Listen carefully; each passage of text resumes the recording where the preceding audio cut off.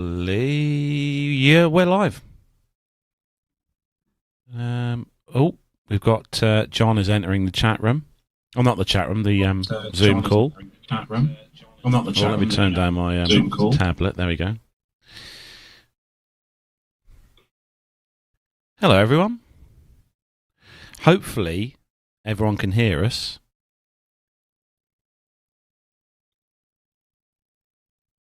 Yes, there's a nice picture of Jet 2 on the screen, Carlos. That's I'm just getting rid of that. There we go. Yeah. That one's better.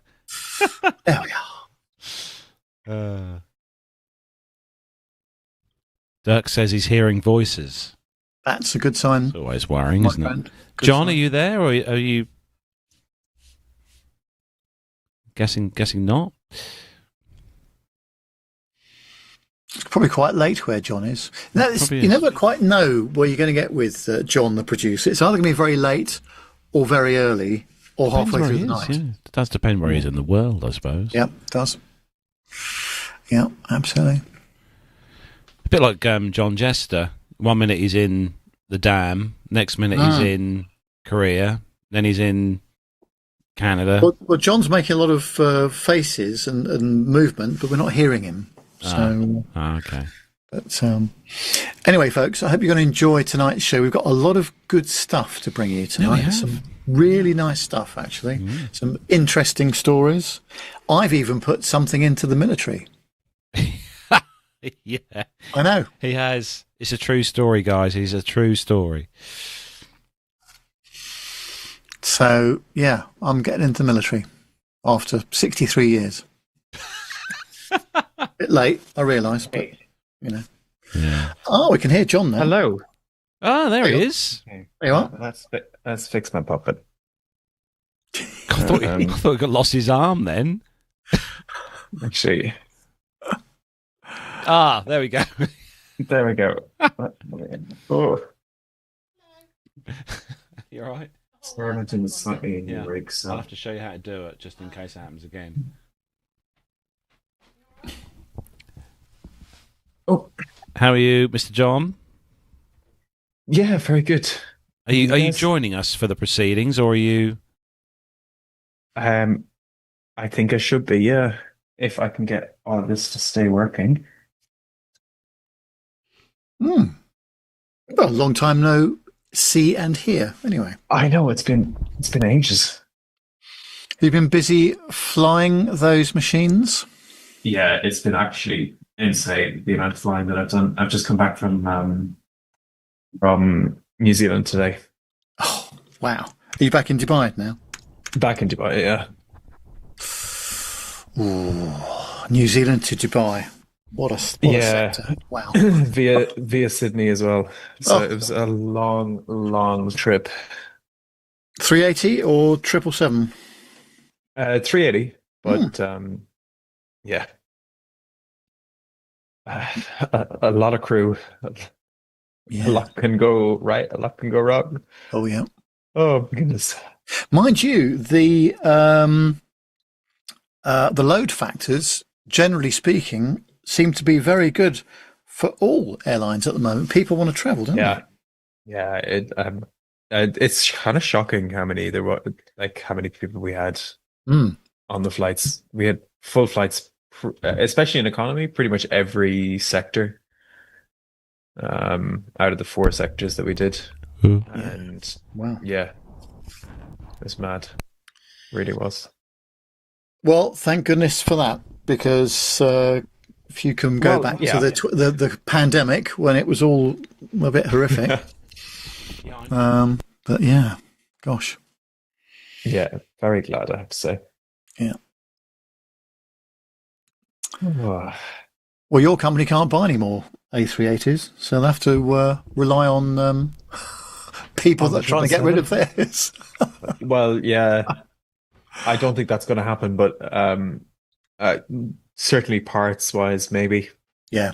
I know there's one went to France recently. I think it was France, owned by some airline. Global, I think it was called. Oh, yes, that's right. That one. Oh, dear. That was a that was an interesting session, wasn't it? I wonder what's going to happen there with the A319. It's just finished, isn't it? They've had a bit of fun, all the social media influencers have all had their, 10 minutes of fame. Yeah. Yeah. Dear. Well, I was watching a certain streaming service from London Heathrow today, and they were landing on 09 left, which is quite common for this time of year, and quite a number of go-arounds, actually. People just floating it down there, way past the touchdown zone, and off they go again for another 20 minutes. So the wind wasn't that strong, but it was just one of those odd sorts of days where the wind was sort of variable, I think. Yeah. Darren Smith's put in the chat room, Nev, how can you watch that clown? Yeah, watching it and listening to it, Darren, are two different things. I had my Mac on mute and I was listening to something else. So there we are. Oh dear. But yes, interesting stuff.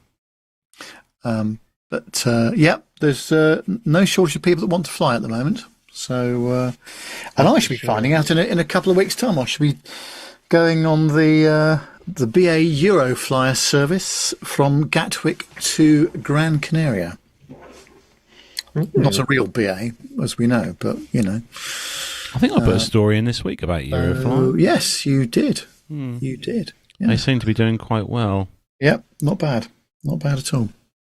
Right, I've got the clock in front of me, so I can see. John Jester is in the chat room, as is Bill and Darren, Captain Cruise as well.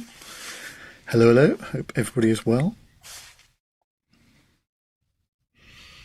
So, yes, all good there. Got a nice interview to play you out this week from the Bray Air Display. Which I think you will like a lot. Got more to come from Oshkosh with Captain Al, with his enthusiasm for the military sector, as you will have seen from last week. After last week's video, honestly, stunning. Yeah. So we've got about 3 or 4 more of those. But he is interviewing real people this time, so he's had to behave himself. Oh dear, it's so funny. Yes, yeah. That's probably why we got so many downloads last week. Yes, I think so. Also, weather permitting, he is going to fly his PA-28 into Beccles from Liverpool Airport on the 30th of August. Yep.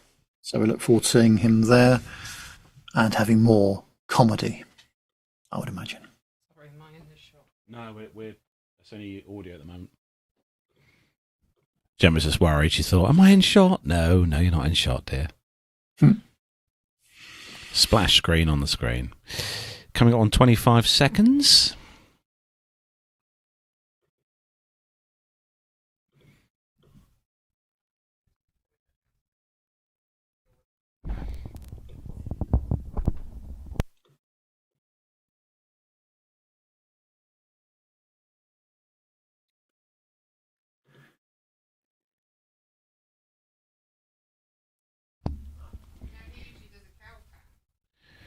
Right, are we on time? Well, we were. No, we still are. Countdown time is running.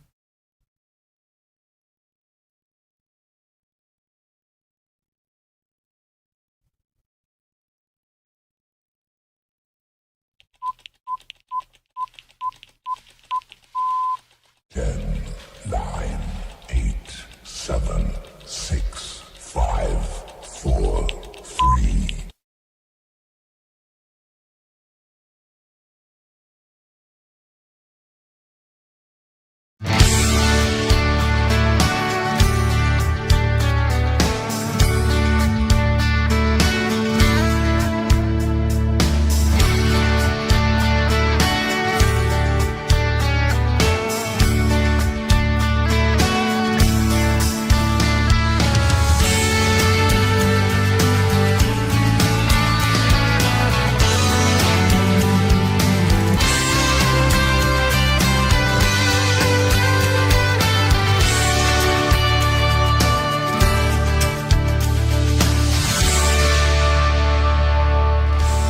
Well, hello and welcome to episode 565 of the Plain Talking UK podcast. I'm Carlos, and in this week's show, Qantas is fined £43 million for sacking workers during the pandemic.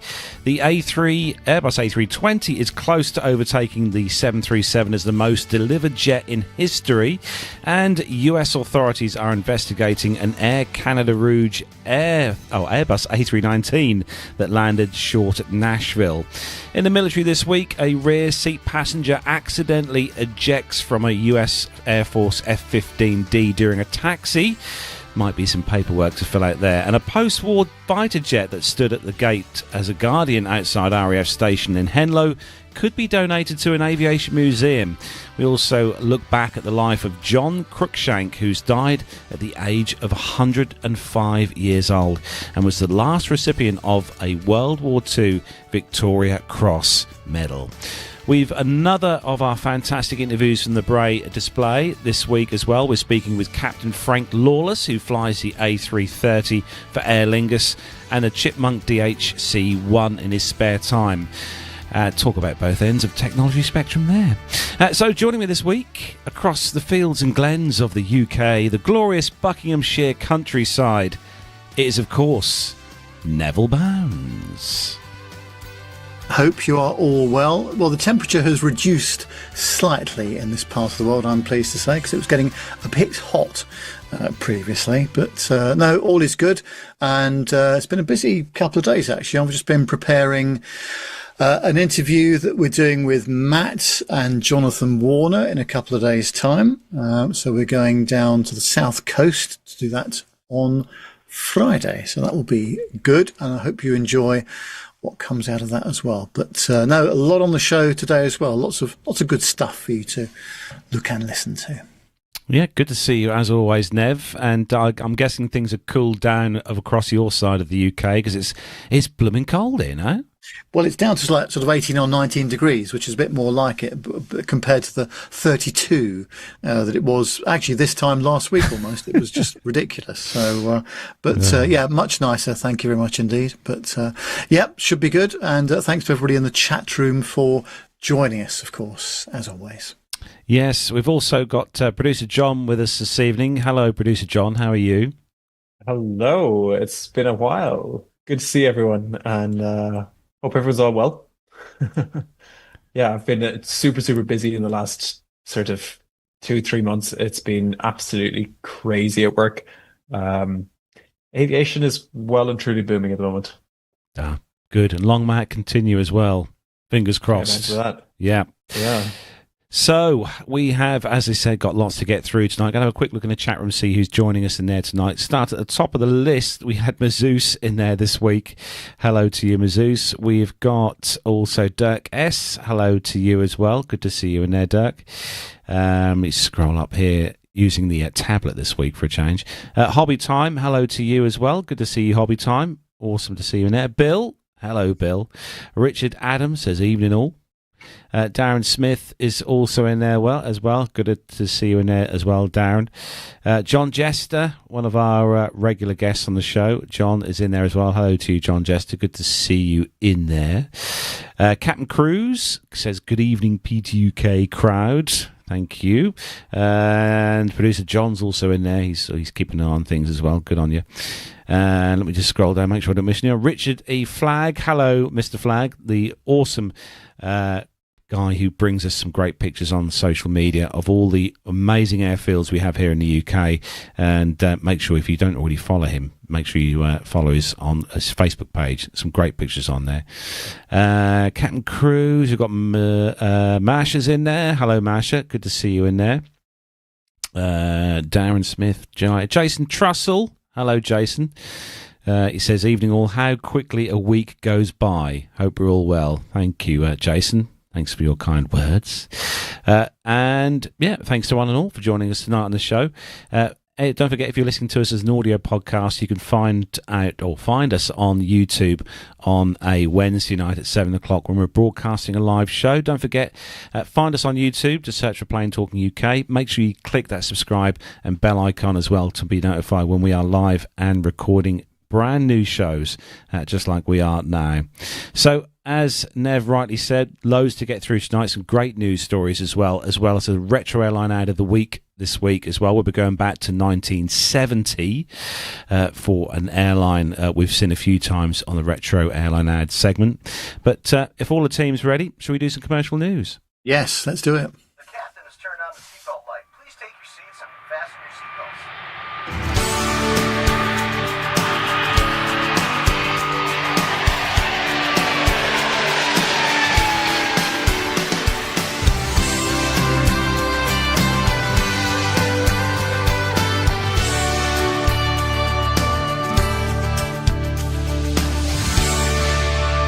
And the first story this week comes from independent.co.uk, and the headline: Major airline fined £43 million for sacking workers during the pandemic. So this hit, I think, every social media stream this week. I think I found this one on pretty much every social media stream. Australia's biggest airline has been fined 90 million Australian dollars, which is 59 million US dollars, or 43 million pounds here in the UK, for illegally firing more than 1,800 ground staff at the start of the COVID-19 pandemic. The judge issued the penalty to Qantas Airways on Monday this week, in addition to the 120 million or 78 million dollars in compensation the airline had already agreed to pay for its former employees. Australian Federal Court Justice Michael Lee said the outsourcing of 1,820 baggage handlers and cleaner jobs at Australian airports in late 2020 was the largest and most significant contravention of relevant Australian labour laws in their 120-year history. Qantas agreed in December last year to pay 120 million Australian dollars in compensation to former staff after 7 High Court judges unanimously rejected the Sydney-based airline's appeal against the judgment that outsourced their jobs was illegal. The Transport Workers Union, which took the airline to court, argued the airline should receive the largest fine available, $121,212,000 Australian dollars. Lee ruled that the minimum fine to create a deterrent should be 90 million Australian dollars, noting Qantas executives are expected to save $125 million a year through outsourcing the jobs. Lee questioned the sincerity of Qantas's apology for its illegal conduct, noting that the airline later unsuccessfully argued that it owed no compensation to former staff. And Qantas Chief Executive Vanessa Hudson, who was the airline's Chief Financial Officer during the layoffs, said in a statement on Monday after the decision that we sincerely apologise to each and every one of the 1,820 ground handling employees and to their families who suffered as a result. Some big figures there, Nev. Oops, a bit of work for the HR teams, I think. There. Now, there's been a lot of, how should we say, creativity surrounding the pandemic and firing people or rehiring them and all the rest of it. And it's gone on across multiple sectors. And some people have got away with it and some people haven't. And this is an occasion where I'm afraid Qantas have given themselves a massive problem. And of course, during the, straight after the pandemic, so about 2022, something like that, when I was doing quite a lot of travelling, I mean, the number of cabin crew I spoke to that had been brought in on a contract basis because the mainline people had been laid off and they needed to get people back quickly. I mean, it was almost on every flight on BA that I was on, or they'd been not necessarily brought in on contract, but rerouted from other sectors and this sort of stuff. So it just shows you, if it goes wrong, then it can be extremely expensive for the airline. And actually, all the money that they might have saved, they've had to pay out in legal. This is just the fine, let alone what the legal fees must be for all this. I can't imagine, because I don't know a poor lawyer. I don't know about you, Carlos, but if you're a commercial lawyer, it's probably £600-700 an hour, something like that, I would imagine. I definitely know a couple of rich solicitors, Nev. Anyway, I mean, I'm hoping this is going to draw a line under it all, but that is a warning to perhaps other employees that have tried to over-egg the creativity a bit. What do you think, John, about this Big figures I there. just wonder where this money is all going to go. It would be great if it went back to some of the staff and who were laid off. Mm.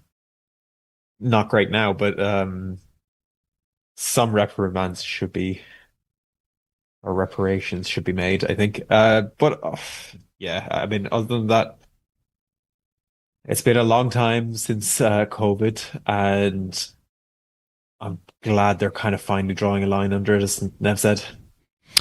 Some comments in the chat room. Bill says, not really a hoppy story for Qantas, is it? And Dirk S says, the Roo needs a deep bag. Oh, very entertaining, fellas. Oh, dear. Very good. As always, thank you. Right, moving on. Next story, Nev. And good news for people in the UK who might want to go and go for a new job. Well, yeah, talking about recruitment, we always talk about pilot recruitment, or often talk about pilot recruitment, and the fact that there's not enough of them. This is all about cabin crew, and it's on the independent.co.uk, and it says that EasyJet is embarking on a significant recruitment drive, aiming to hire nearly 1,000 new cabin crew members for 2026, with a particular focus on young people not currently in employment, education or training. The airline is actively encouraging young adults and school leavers to consider a career in aviation, seeking to address prevailing misconceptions about the role. Well, this initiative follows new research commissioned by EasyJet and surveying 2,000 16 to 24-year-olds, which revealed that misunderstandings surrounding the cabin crew profession are deterring many from pursuing it. More than 9 out of 10 of those surveyed were unaware that there are no minimal education qualifications required to apply for the job, with 2 in 3 believing that they would be underqualified for cabin crew training. As a result, almost 9 in 10 that said that they had never considered a career working for an airline. Michael Brown is Director of Cabin Services at EasyJet, and he says that we want to show young people that being cabin crew is more than just a job. It's a career filled with variety, teamwork and opportunity, which has so much to offer to so many people, as well as offering a pathway to progress in working within our wider industry too. If you have enthusiasm, people skills and a willingness to learn something new, our taster sessions could be the perfect step towards a new opportunity. Well, Aviation Minister Mike Caine said it's fantastic to see British firm EasyJet investing in our young people, encouraging and inspiring them into careers in aviation. We are determined to break down barriers to opportunity in the UK to deliver our plan for change so that everyone can pursue and progress in rewarding careers. Well, I'm totally in agreement with that, I have to say. And we saw some of it firsthand last Saturday, didn't we, Carlos, when we were down at the sim centre near Gatwick Airport. Yeah. It wasn't just the full motion sims that we saw. It was all the cabin crew training sessions, which we saw, from slides to... How heavy is that emergency exit door? The answer is bloody heavy, even on an A320. Goodness knows what an A380 would be like, John. But it was very interesting. And it was a friends and family day, so they had a lot of exposure to younger people too. And I think that from what I saw, that could be quite inspiring for people to get into the industry, I would say. Yeah, they let us loose on the door training side of things. That we actually had a go at opening the main door, or the L1, I would say L1 door on of the Airbus A320, which I have to say, Nev, it was quite a mission opening that door, wasn't it? Yeah, absolutely. Yeah. It's not easy. No, far heavier and awkward than I would have thought, actually.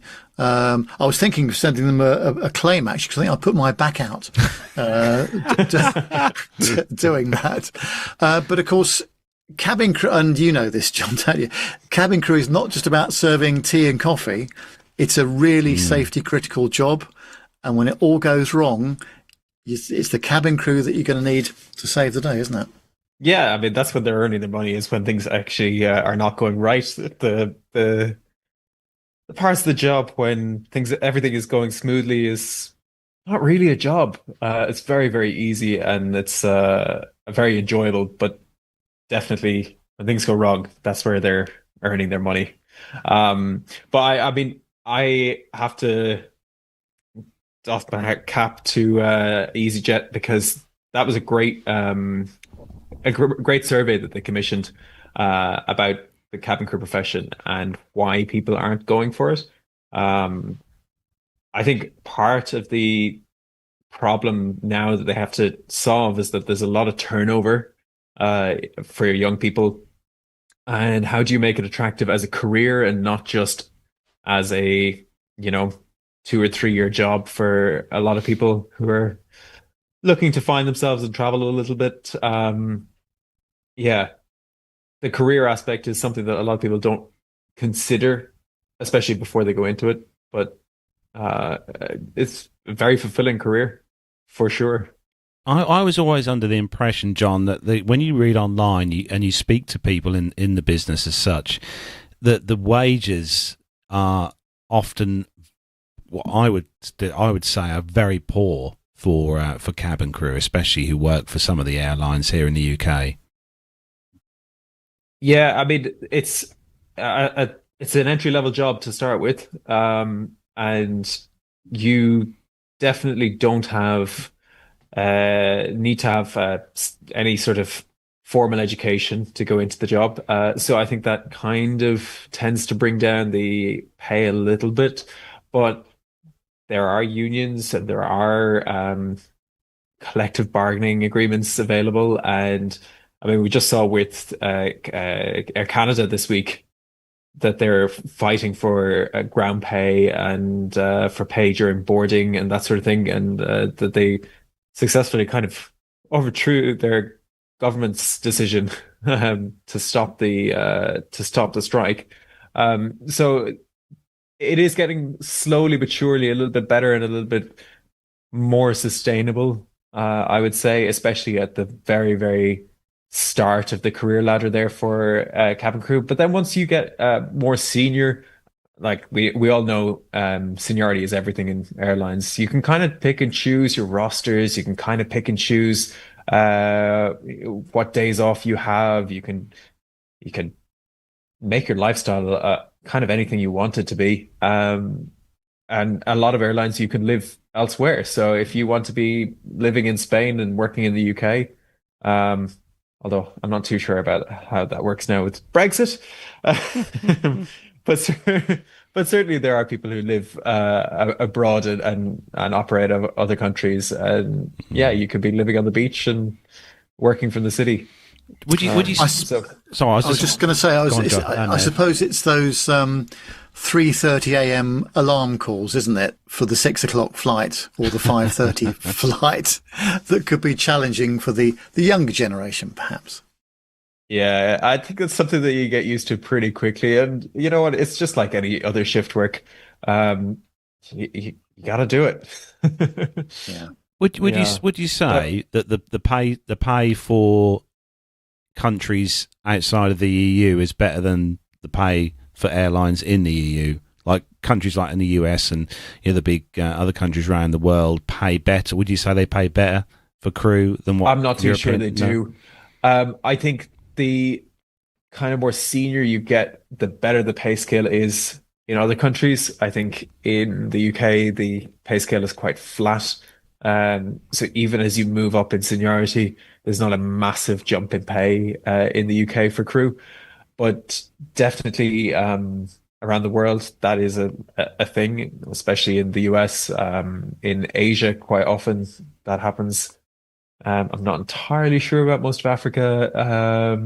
Australia, there's a little bit. It's kind of aligns with the UK, to be honest with you. But pay isn't everything. And lifestyle is part of the reason that a lot of people do it and choose to continue to do it. I know Ryanair had 5 on, 3 off rosters. So, you're getting a 3-day weekend every weekend, which is kind of nice. And some people value those days off really highly, because when you're off as crew, you're totally off. Andy says this about flying when he was flying on the line. It's great to be switched off after your job and not be thinking about it. Just looking up online, John, it says here that the average salary for a full-time cabin crew member is roughly around £23,500 a year, but that can be boosted by commissions with an airline, sort of 10% commission on sales on board flight, foods and stuff like that. But yeah, 23 and a half grand, 24 grand a year. I'd say that's probably right in terms of the starting salary, and definitely you can go into things like instructing and training and even examining at a cabin crew level as well. You can have jobs within service development and safety departments and stuff as well, and all of those things are going to boost your pay a little bit as well. Of course, it depends on exactly how each airline operates. I know some airlines operate with a very small salary. Think of sort of £6,000 a year, but then on top of that, they get per diem pay for every hour that they're away from base.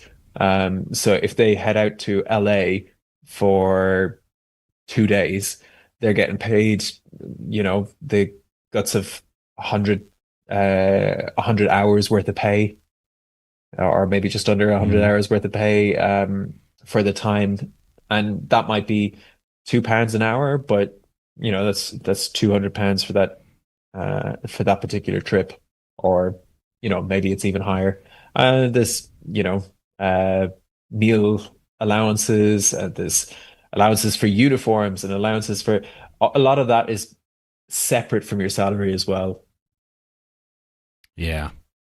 Also, I think the fact that they are targeting the 16 to 24-year-olds that aren't in full-time education or employment or training, 23k pounds sterling, is a considerable improvement on nothing. Not nothing, exactly. And with the opportunity to go places and to better yourself later on, definitely. And I will say, if you are considering to do this as a job, not as a career, but you want to use it to build skills, it's great. You're interacting with a huge amount of people, a huge amount of the general public in very stressful situations, not necessarily for you as the crew member, but for the average traveler. They're quite stressed. A lot of them don't do it very often. You're dealing with quite large safety scenarios and quite large responsibilities in terms of safety, security, medical. There is a lot of skills that you'll learn, and a lot of transferable skills that a lot of other employers will be interested in having. And of course, teamwork, the decision-making skills. You are going to learn to be resourceful, because there's only so much that you can fit into a tin can going 85% the speed of sound. There's no shops up there to help you out. I think me and you have missed the boat, Nev. Obviously, we're slightly older than 24. Well, they're still looking for people, maybe not EasyJet, but some of the other mainline people. Wasn't it EasyJet that had the ads on for last year for people trying to go into a second career for people?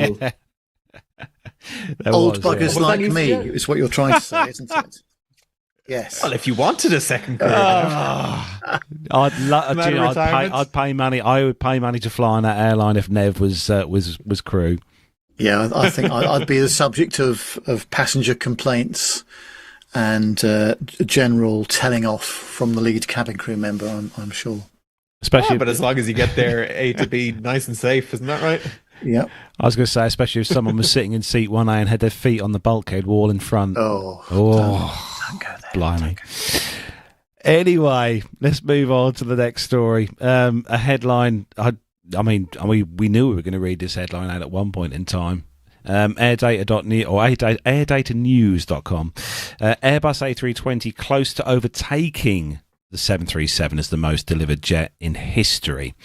After less than 4 decades of competition, Airbus is close to surpassing Boeing as the manufacturer of the most popular commercial jet in history. The A320 family reached the end of July, just 20 aircraft behind the 737 series, and since it's been outselling its rival almost every month, it will be only a matter of weeks or months before it takes the lead.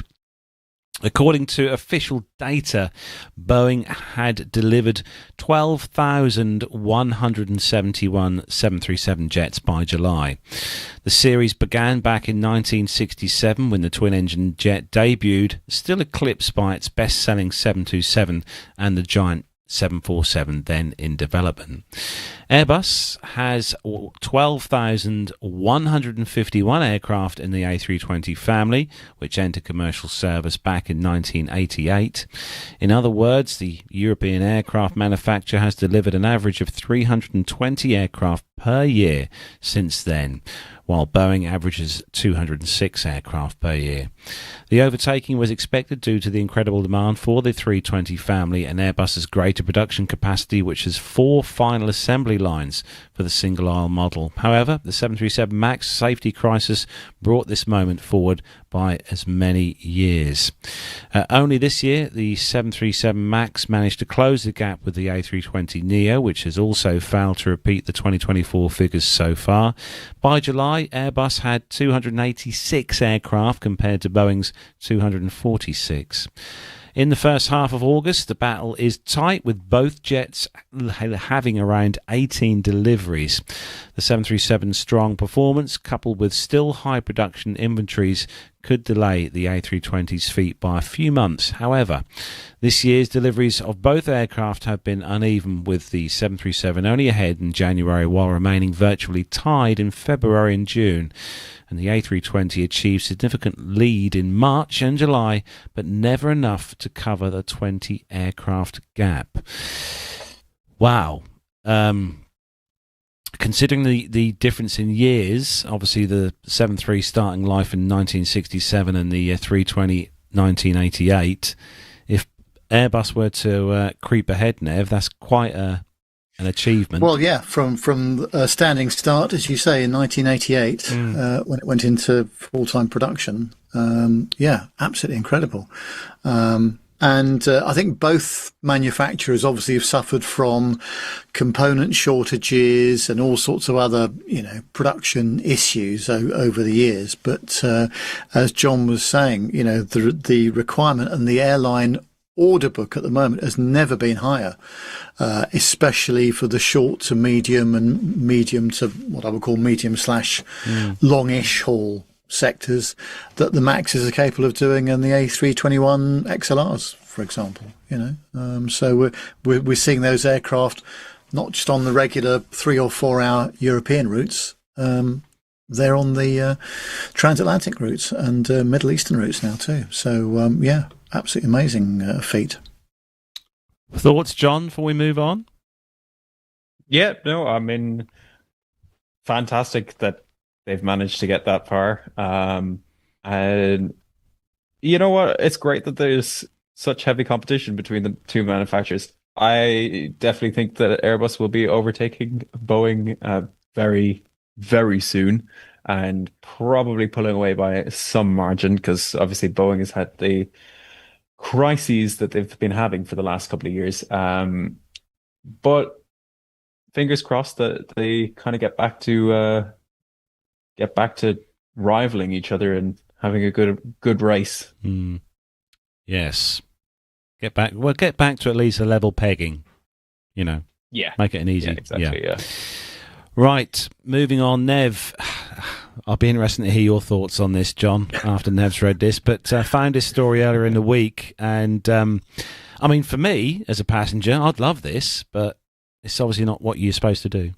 No, it's on airlinegeeks.com, and it says that a British Airways pilot was briefly suspended after reportedly leaving a cockpit door open whilst flying from London Heathrow to New York's JFK last week. According to the British newspaper The Telegraph, passengers and crew noticed the open door, a violation of post 9/11 air safety rules, and contacted British Airways as soon as the flight landed in New York last Friday.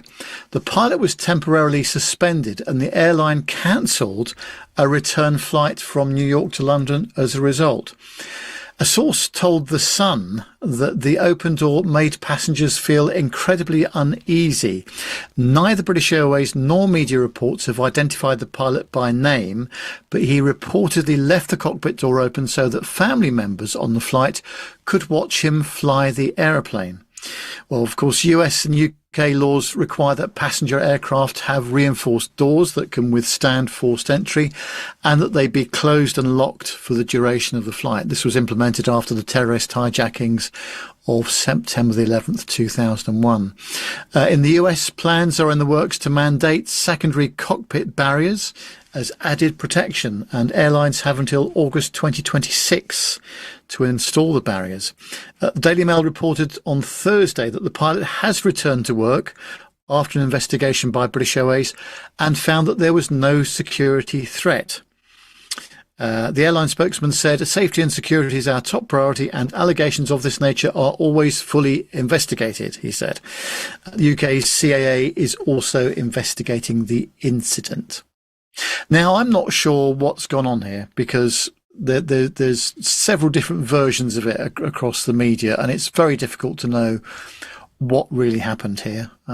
Certainly all BA flights that I've been on, short haul at least, this is a 777, wasn't it, I think, if someone leaves the cockpit, then they have a cabin crew member either standing directly outside the locked door or actually inside the cockpit. I can't remember which way around they do it. Nonetheless, it's an issue, and the fact that the pilot was suspended but has now returned to work may suggest that there was no crime to answer here, but I don't know. What are your thoughts, John, on this? Obviously, you know, you've have a hand. I'm a little bit confused, and I'm kind of scratching my head over what happened. Again, like Nev said, the fact that the pilot returned to work at there was no security threat found is probably indicates that there's some sort of reporting that's not quite right. I know on the standards.co.uk, the flight was due to travel to New York, and that the flight had to be cancelled. But in this one, it says that the flight from New York to London was cancelled. So potentially it was something that happened. Something that happened, I don't know, maybe on the ground. Maybe a breach of policy and a slap on a wrist, possibly for a picture or something like that. But that being said, you've both been on the flight decks of BA aircraft. Yeah. Am I right? Yeah, with the parking brake set and the aircraft shut down these days, yes. Yeah. I wonder, there are ways, I'm not entirely sure how much of this I can talk about.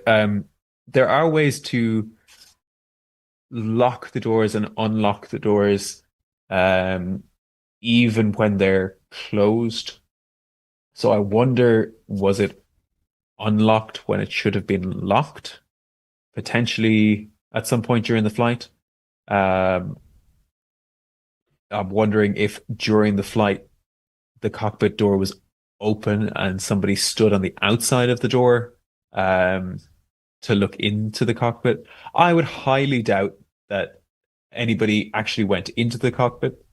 I'd highly doubt that there was that many people who could have seen the door open on the 777. It's quite, I think it was a 777 flight, am I right? I think it was. Yes. Yeah. It's quite difficult to see the cockpit door from the passenger cabin, it is quite a ways into the, when you get into that door at the very, very top left of the aircraft, when you turn left towards the cockpit, it's quite a ways down that door, or that corridor kind of. So I don't know how much of a. No, I think we're short of facts on this story, aren't we? As the media always is, and if they haven't got the facts, then they'll make something up. But there's more to come out of this, possibly, or maybe it's a non-story altogether. I think those are the only two possibilities. My vote is for non-story, to be perfectly honest with you. Yeah. But if the door was open and left open and unlocked during the flight, that is a serious breach. Yeah, and it's part of the checklist, isn't it? It's part of the pre-departure checklist. So yeah, absolutely. Yeah. There's been a few. I would feel very unsafe. There's been a few comments in the chat room about the picture. That was a file. I think that was a file picture from that story. So that probably was a generic picture of a flight deck door of a 777. Yeah. Thanks for. Well, it makes a nice change, doesn't it? It's normally a 146 or something. The flight deck of a Cessna 150. Yeah, exactly. Yeah. Richard Adams says door doesn't need to be shut while loading passengers. Surely, no, it doesn't need to be shut. There are so many people going in and out of the flight deck. You've got dispatchers and engineering, and in some cases, a few other people. Obviously, the cabin crew are going to be liaising very closely with the flight deck to get everyone seated down and get the aircraft pushed back on time. There we go. Yeah. And that's why we've got you here, John. Richard said the BA 777 is offset to the left and it's not central. So you definitely wouldn't really be seeing much of it, I don't think, anyway. Apart from the first class passengers, obviously. And maybe. Yeah. Right, next story. This is from flightglobal.com. And US investigators probe Air Canada Rouge A319 short landing at Nashville. US investigators this week are probing an occurrence at Nashville in which an Air Canada Rouge Airbus 319 touched down short of the runway. The National Transportation Safety Board states that the incident took place on the 14th of August while the aircraft was on approach to runway 20 left. Air Canada Rouge flight AC1717 from Toronto had been cleared to land within the tower, advising of winds from 010 degrees at 17 knots. This would indicate a tailwind for runway 20 left. While meteorological data for Nashville issued at around 30 minutes before the occurrence had indicated winds from the south, ATC communications archived by liveatc.net suggest adverse weather in the vicinity as the A319 approached the airport. These communications with various flights refer to gusting winds at low level wind shear and reduced visibility. The crew of a preceding American Airlines A321 had broken off their approach, citing tailwind conditions. After the Rouge A319 arrived, the tower controller queried a remark from its crew about the landing and was subsequently told that the aircraft had touched down short. No confirmation had been given regarding distances involved or whether the aircraft, provisionally identified as Charlie Golf Sierra Juliet Bravo, sustained any damage, but the NTSB has confirmed that it is investigating the said event. So touchdown a little bit short then, Nev. Yes, not something that you aim to do, but maybe the wind conditions caught them out at the last minute. But that was the opposite today at Heathrow, as I was mentioning earlier. There was lots of longer landings and several go-arounds because people were well outside the touchdown zone in a couple of occasions. But this was the other way round by the sounds of it, yes. But, things can happen, can't they? So, as long as the NTSB are investigating it, we will have the full story within the next year. We will. Right, Nev, you got the next story, and we had a couple of stories like this last week, didn't we? And this week. But I suppose as a passenger on an aircraft, Nev, the last thing you want to see outside your window is one of these. Well, here's a good reason to get the window seat so that you can see this. It's on aviationatoz.com, and it says that a Ryanair flight from Sofia Airport to London Stansted Airport was intercepted by 2 fighter jets and diverted from its planned route on Tuesday, the 12th of August, after a security threat was reported. The aircraft, operated by Buzz, which is Ryanair's Polish charter subsidiary, was flying flight FR9962 with 189 passengers on board when Czech authorities denied it entry into their airspace, prompting a sharp change in course before being escorted by German Air Force Eurofighter Typhoons. The 14-year-old Boeing 737-800, why we need to know the age is beyond me, departed Sofia Airport at around 21:30 local time and climbed to 36,000 feet, following a route over Serbia, Hungary and Austria towards London Stansted Airport. But before crossing into Czech airspace, Buzz received a security threat against the flight. Czech authorities instructed the crew to avoid their airspace, forcing the pilots to turn sharply left to remain in Austrian airspace. The aircraft then entered Germany, where 2 Eurofighter Typhoons were scrambled to intercept it. German officials allowed the flight to continue after determining that the threat was not credible. The flight landed safely at London Stansted on schedule, with passengers disembarking normally.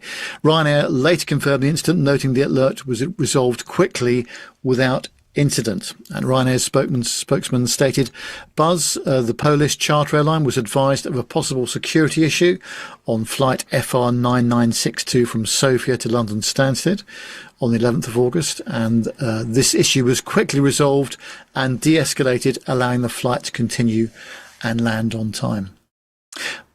The problem is with this sort of stuff, if there is a threat, credible or otherwise, you kind of have to take it seriously, don't you? And before you've found out, more information.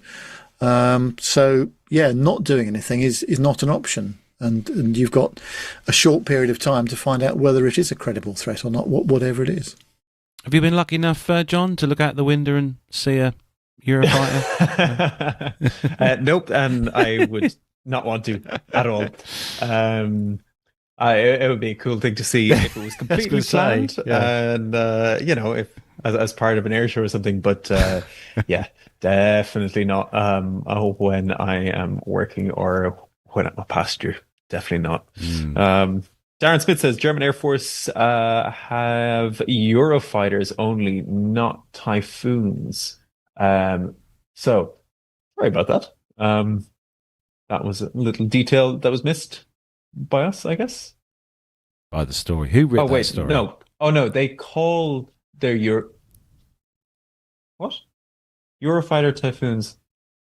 Oh, I don't know. It's grey. We've got something wrong. Darren. Get Al in. Yeah. Where's Al? Al?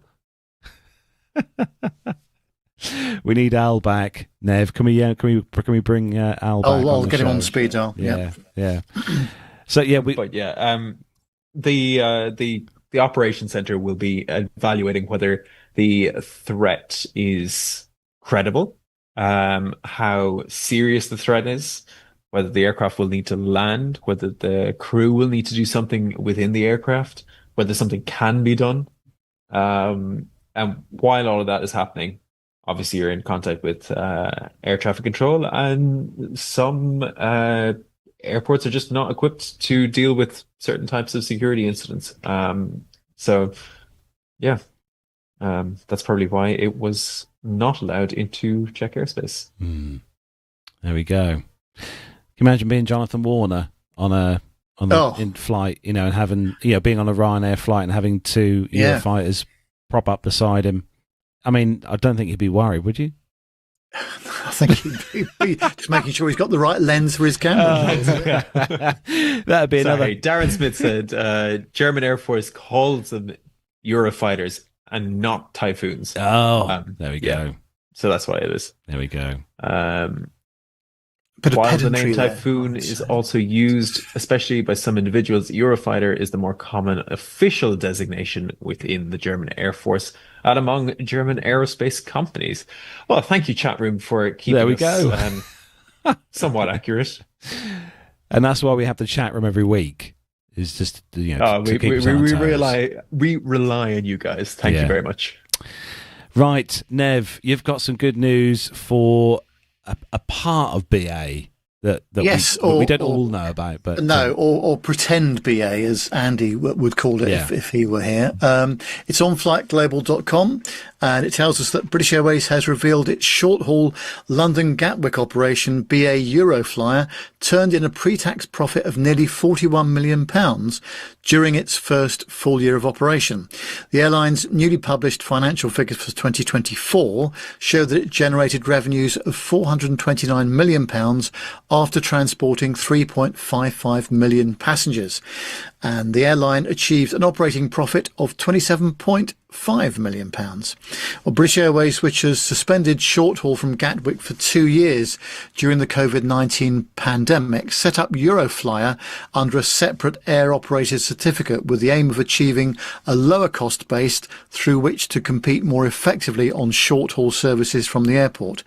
Euroflyer chief Tom Stoddart had stated in September 2023, 6 months after the carrier commenced commercial services, that the initial plan had involved a 28 aircraft fleet at Gatwick, but this required the division to demonstrate that it could succeed in an operation from which BA had previously never really made money. The carrier attributes its revenue performance last year to strong demand for leisure travel. Over the course of the year, it received 2 Airbus A320s and an A321, taking its overall fleet to 23 aircraft, which comprises of 12 A320s and 11 A321s, and has expanded its leisure network to include Agadir, Funchal, Larnaca, Ivalo and Jersey. Euroflyer also approved a fleet increase to 25 aircraft for summer 2025. I shall be flying on one of those in a couple of weeks' time from London Gatwick to Gran Canaria. So BA Euroflyer operates that service. And the last 2 times I've been on it, it's been full. And I would expect it to be so again, because if you're travelling in economy, you can get some very good prices for those services, I must say. Is it just me, Neb, or are the aircraft that BA Eurofly use all ancient aircraft from the 1930s? No, they're not all old at all. Some of them haven't had the refits. Some are permanently based at Gatwick. A couple have been borrowed from Heathrow as well and have been based there. But no, I think they've had very good results from it, generally speaking. The leisure travel business is alive and well. No question about it. And for those people that want some, winter sunshine, going to the Canary Islands, for example, is, a very good shout. If you want Christmas Day and for it to be 21, 22 degrees in Fuerteventura or something, then it's a marvellous choice. So, And actually, I found the cruise very nice on them as well, the 2 times I've flown them previously. So, yeah. So you're off on the 321, do you say, Nevin? Probably a 320 down to Gran Canaria usually, but you never know quite what you're going to get. So, yeah. You say, John? 9.5% is an incredible profit margin for any airline anywhere in the world. Airlines are typically running at the 2 to 3% profit margin if they are profitable at all. So 9.5% is taking it into one of the most profitable airlines in the world, I guess, certainly in Europe. There's not many. I know it's just a division of BA, and I know it's not quite its own airline in its own right. But that being said, that's an insane profit margin. So fair play to Tom Stoddart and everyone there at Euroflyer. Yeah, absolutely. No, they've done a good job with that, definitely. Yep. So I'm looking forward to doing that again in a couple of weeks' time, as I say. Good. We look forward to the report. In the chat room. Oh yes, and he says I've flown BA BA Euroflyer many times. City is one of my favorite airports as a passenger, and you know what? I agree with you, Pip. Yeah, City is absolutely fantastic. I've still not flown into the city. I need to. Where do I need to fly to, Nev, to go Oh, somewhere? you fly to all sorts of places. Amsterdam, Frankfurt, Madrid. Actually, some quite medium whole destination from city as well. Yeah, I think you can go to Italy and Spain, and yeah. Perhaps I need to. Might even get to sort Malta. Ah, now you're talking. Oh, getting excited now. Got to wait till next year. Next story comes to us from airportsuppliers.com. And these stories always worry me slightly because this to me means people potentially being out of the job. But Origo's autonomous baggage and passenger system will pilot at Teesside Airport this autumn. The autonomous baggage and passenger system will begin a pilot at Teesside Airport this autumn after Tees Valley Combined Authority agreed a contact with aviation firm Origo International PLC. I don't know if it's pronounced like that. I don't know. It will mean year-round flights jetting off to Alicante, Malaga and Amsterdam could well feature passengers and bags being ferried around Teesside Airport by cutting-edge autonomous vehicles from early 2026. The company's 8-seater auto shuttle passenger vehicle is primed to begin trial activities in October, while an auto dolly tug, a driverless way of moving cargo and bags around airports, is set for operation in January. Teesside will be the only airport in the world where both autonomous cargo and passenger vehicles will be operating. The launch of the autonomous vehicle trial was unveiled early this year, and a proposal allocated £2 million to create a pilot hub at the publicly owned airport was approved by TVCA Cabinet in March. Airport Managing Director Phil Forster added, "It's an absolute pleasure to see Teesside Airport hosting more world-leading technology and chalking up another UK and global first. To have this technology in place early next year will mean bags will travel from check-in to plane even more seamlessly." I really hope this works, in an even greener way. It will also help us shape how we move passengers around Teesside in the future and will likely have an impact on the whole aviation industry. We were the first in the UK, he said, to install new security scanners to allow passengers to keep liquids and electronics in bags, and we're now leading the world in driverless cargo and bag systems with Origo. Initially, the groundbreaking technology will start landside at the test centre, mapping out routes and completing trial runs before moving airside. He said, "We're really excited to bring the autonomous technology to the northeast," said David Keane, MBE, CEO of Origo International PLC. Our auto shuttle and auto dolly tugs, where did they get that name from, are being deployed across the world, but this will be the first time that we've integrated them together at a live airport. It's a real sign, he said, of the intent from Teesside Airport and the Tees Valley Combined Authority. An autonomous public transport project was agreed by Tees Valley Combined Authority Cabinet as a part of a £1 billion transport plan back in 2024 in January. The government is looking to change legislation to ensure the safety and security of autonomous vehicles on the public highways by 2027. The TVCA will examine the findings of the project and inform the wider project of autonomous vehicles in the region's town centres. So, autonomous vehicles at a busy... Teesside's fairly busy airport. But can you imagine a forest of autonomous vehicles buzzing round Heathrow, Nev? Well, it's not much of a stretch, and you have to allow me some creative license here, to go from the Heathrow pod, which we like very much, at Terminal 5, to going autonomous onto the ramp, as long as there's proper control over everything. Now, obviously, the pod shuttle system is entirely separately from the ramp, and never the twain shall meet. But I can see why this might be of interest if it's a efficient and safe way of doing things. Can you imagine a time when you could drive up to the car park, Nev, in your car, hop into to one of those the pods, and then just literally go straight to the aircraft? Well, yeah, that would be nice, wouldn't it? But I think we're some way off from that, aren't we? Have a pod with built-in scanners and all the rest of it. Just, yeah. Now that I would be in favour of that. Definitely, that could be a huge.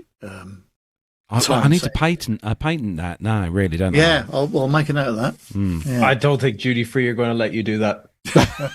There goes all their revenue. Yeah. Can you imagine the shares in Toblerone would plummet? Yeah. Oh, I know.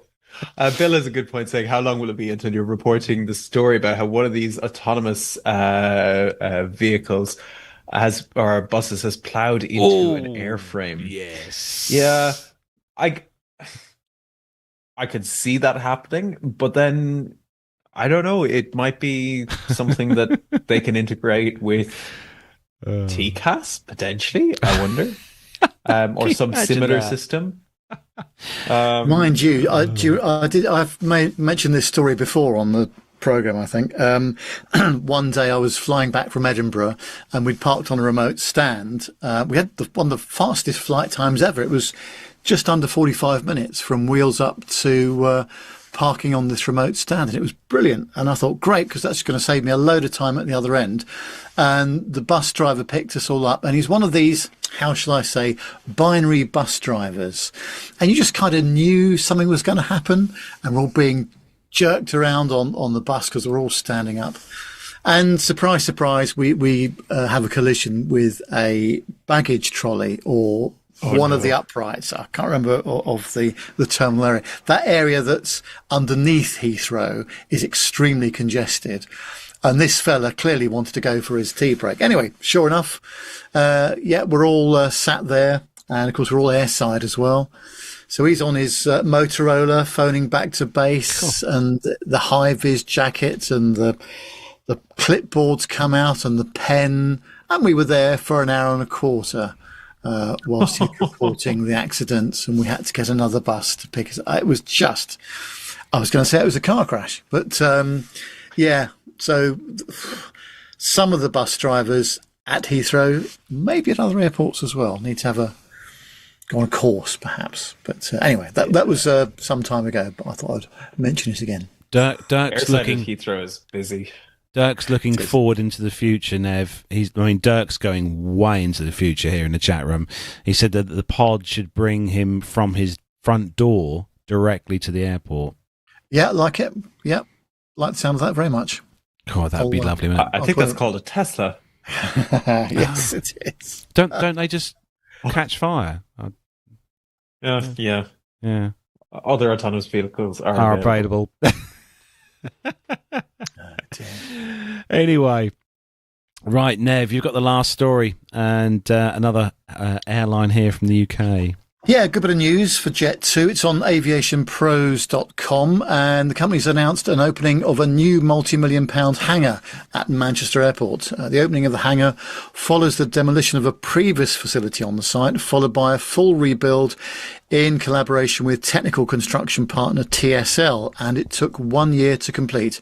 The new hangar, which is adjacent to an existing Jet2.com hangar at the airport, covers over 6,300 square metres of floor space and will allow Jet2's engineering and maintenance teams to work on up to 3 aircraft at the same time and 6 aircraft across the 2 hangars. The hangar also featured an apprentice training suite comprising of workshops and classrooms, which will support Jet2's engineering apprentices, with more than 30 now employed with the company.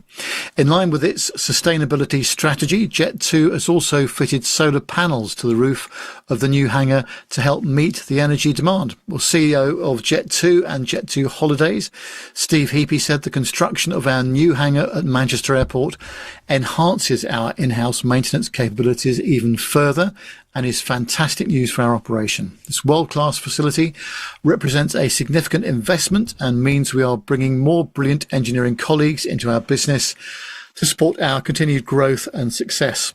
Well, Group CEO of TSL, Jackie Wild, says, having worked closely and collaboratively with the Jet2 team Throughout the project, we are delighted to have safely completed this highly prestigious facility at Manchester Airport on time and on budget.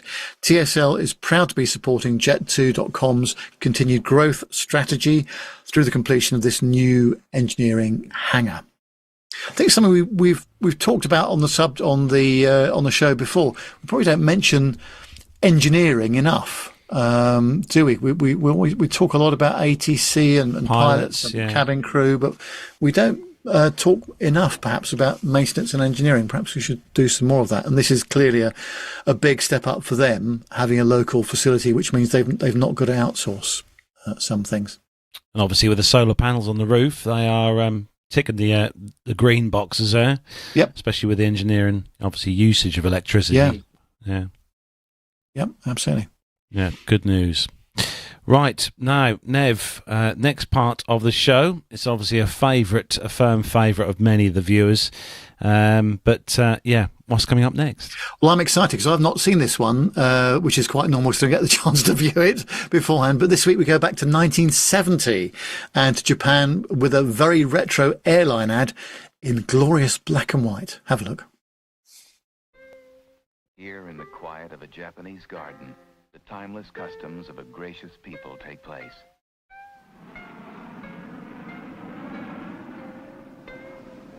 Japan Airlines has captured the spirit of the Japanese garden aboard its new spacious 747 Garden Jet.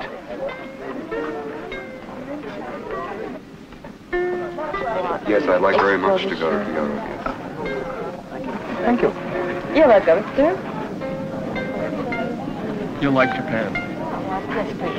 Everything. You can take this if you like. I love Japanese food. Can you hear the movie? This one? It's, we call it Obi. Oh, that's beautiful. What an elegant way to enjoy a hospitality that stretches back 1,200 years and all the way to Japan.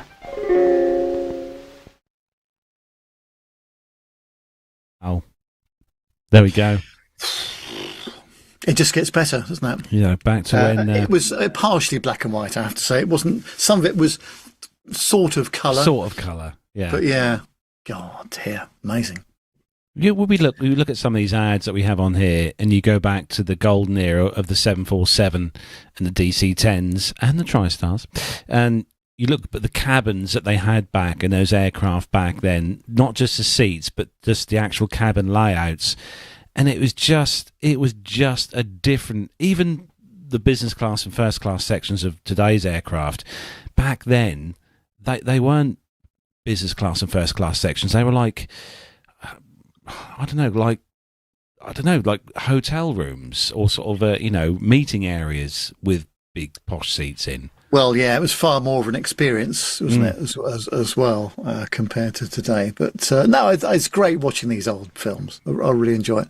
I've seen a couple of others, actually, that a BA captain's been putting up on his LinkedIn page. I might ask him if we can borrow a couple from some future episodes as well. Looks fascinating. Darren's saying, who remembers the tube headphones? I remember those with the two little, you had the little holes in the end of the seat armrest, and you pushed the rubbery end of the headphones in. Do you remember those, Nev? Yes, I do. Yes. I'm old enough to remember those. Yeah, even I am. I'm old enough to remember those as well.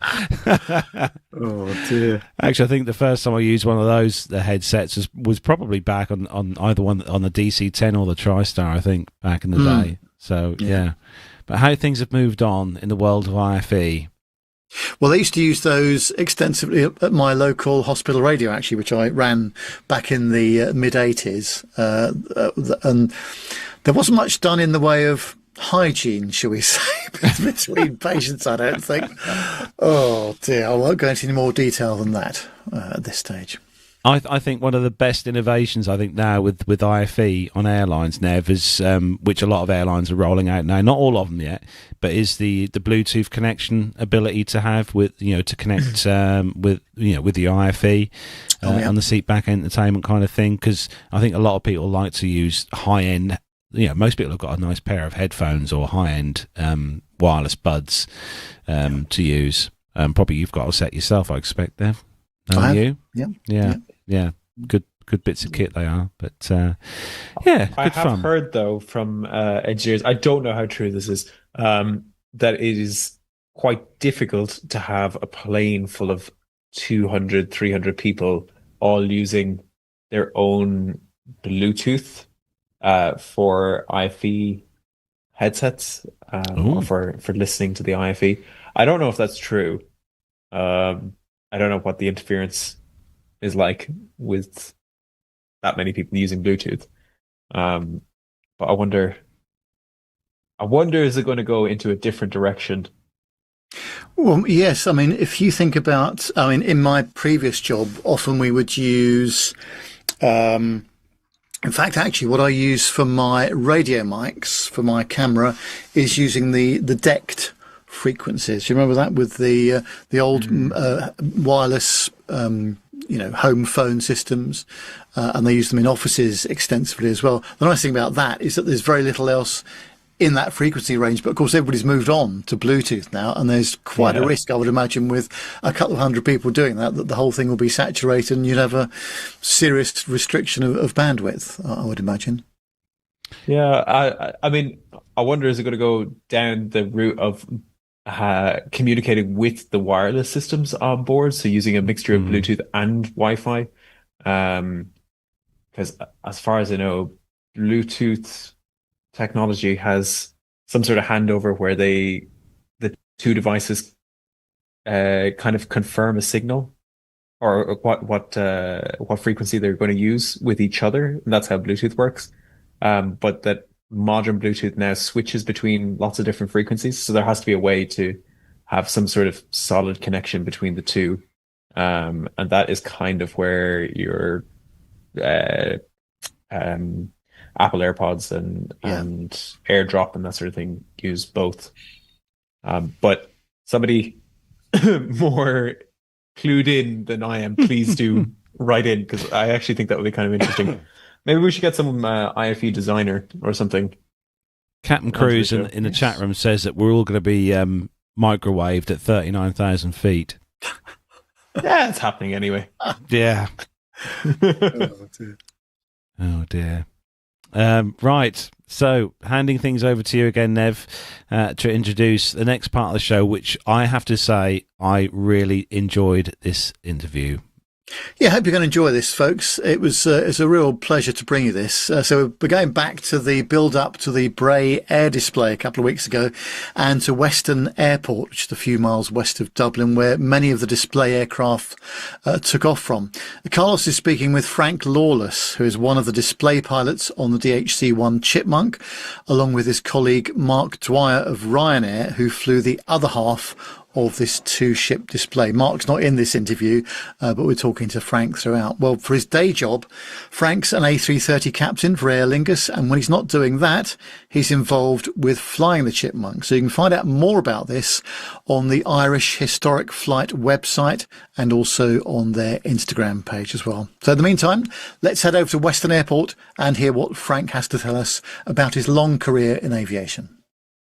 At Weston Airport here, the weather is still nice and fine, ready for the air show this afternoon. I'm here with Frank. Welcome, Frank, onto the show. Great to see you. Thank you very much. So, Frank, tell us a bit about yourself. Where did aviation start with you? Oh, crikey, started a long time ago. So I'm a little bit over 21 now.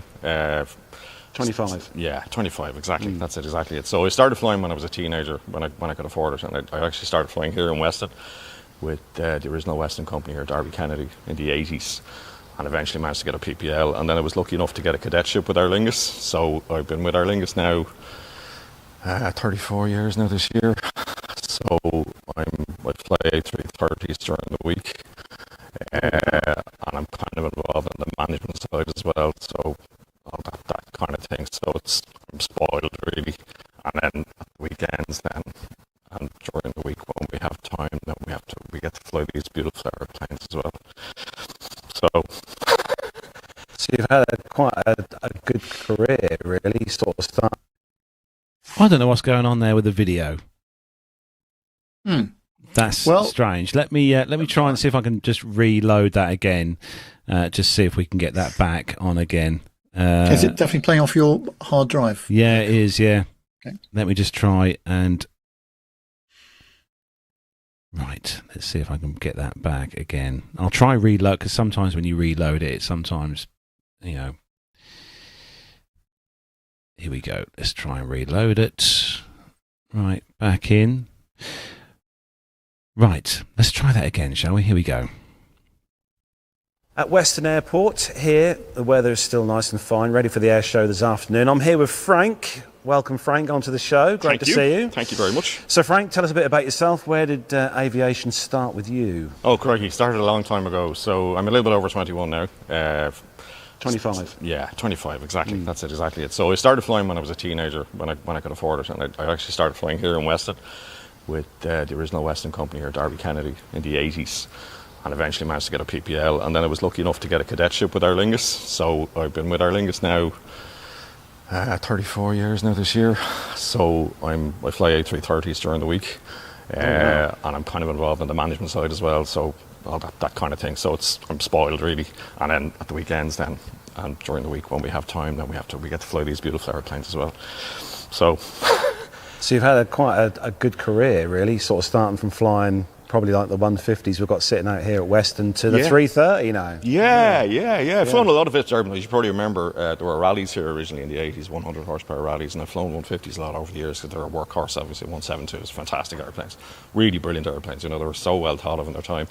Done a lot of flying on those. And then Aer Lingus, I was lucky enough to we're an all Airbus fleet now, but we went through a lot of different types over the years, So I started Saab 340 turboprop, 737 500s, 400s, BA 146s, 320s, 321s, 330s. So lots of variety, fantastic, and a very, very varied operation as well. So really brilliant. And you love the Airbus? I do, yeah. It's a fabulous platform, I have to say. I've flown a lot of airplanes that I love, and every airplane has different appeal. 7.3 was a fantastic airplane, fantastic pilot's airplane to sit in. And you could see the kind of heritage in it nearly from going back from a long time. The Airbus is like the result of years of development. It's just such a good platform. It just does everything so well. They hardly ever break. Shouldn't be saying that, but they hardly ever break. They're fantastic. And we'll be probably going on with Airbus now for a long time, I would say. I don't think it's going to change. So, fantastic. It's really good. Yeah. Frank, we're standing here in front here of this aircraft. Tell us about this. What are we standing next to here? So this is a de Havilland Canada DHC-1 Chipmunk. So if you remember back to World War II times, Tiger Moth would have been the basic trainer in the RAF. This was the successor to it, designed in 1946 by a Polish guy for de Havilland Canada, and then taken on very much as a big production run then in the UK as well. So the Irish Air Corps here had a unit of Chipmunks for basic training in the early 50s, and this one is actually a genuine 1952 Air Corps Chipmunk, which has been lovingly restored and maintained by a fantastic team of engineers here. So the foundation that runs the airplanes, we have 3 Chipmunks, a Stearman and a Reams rocket.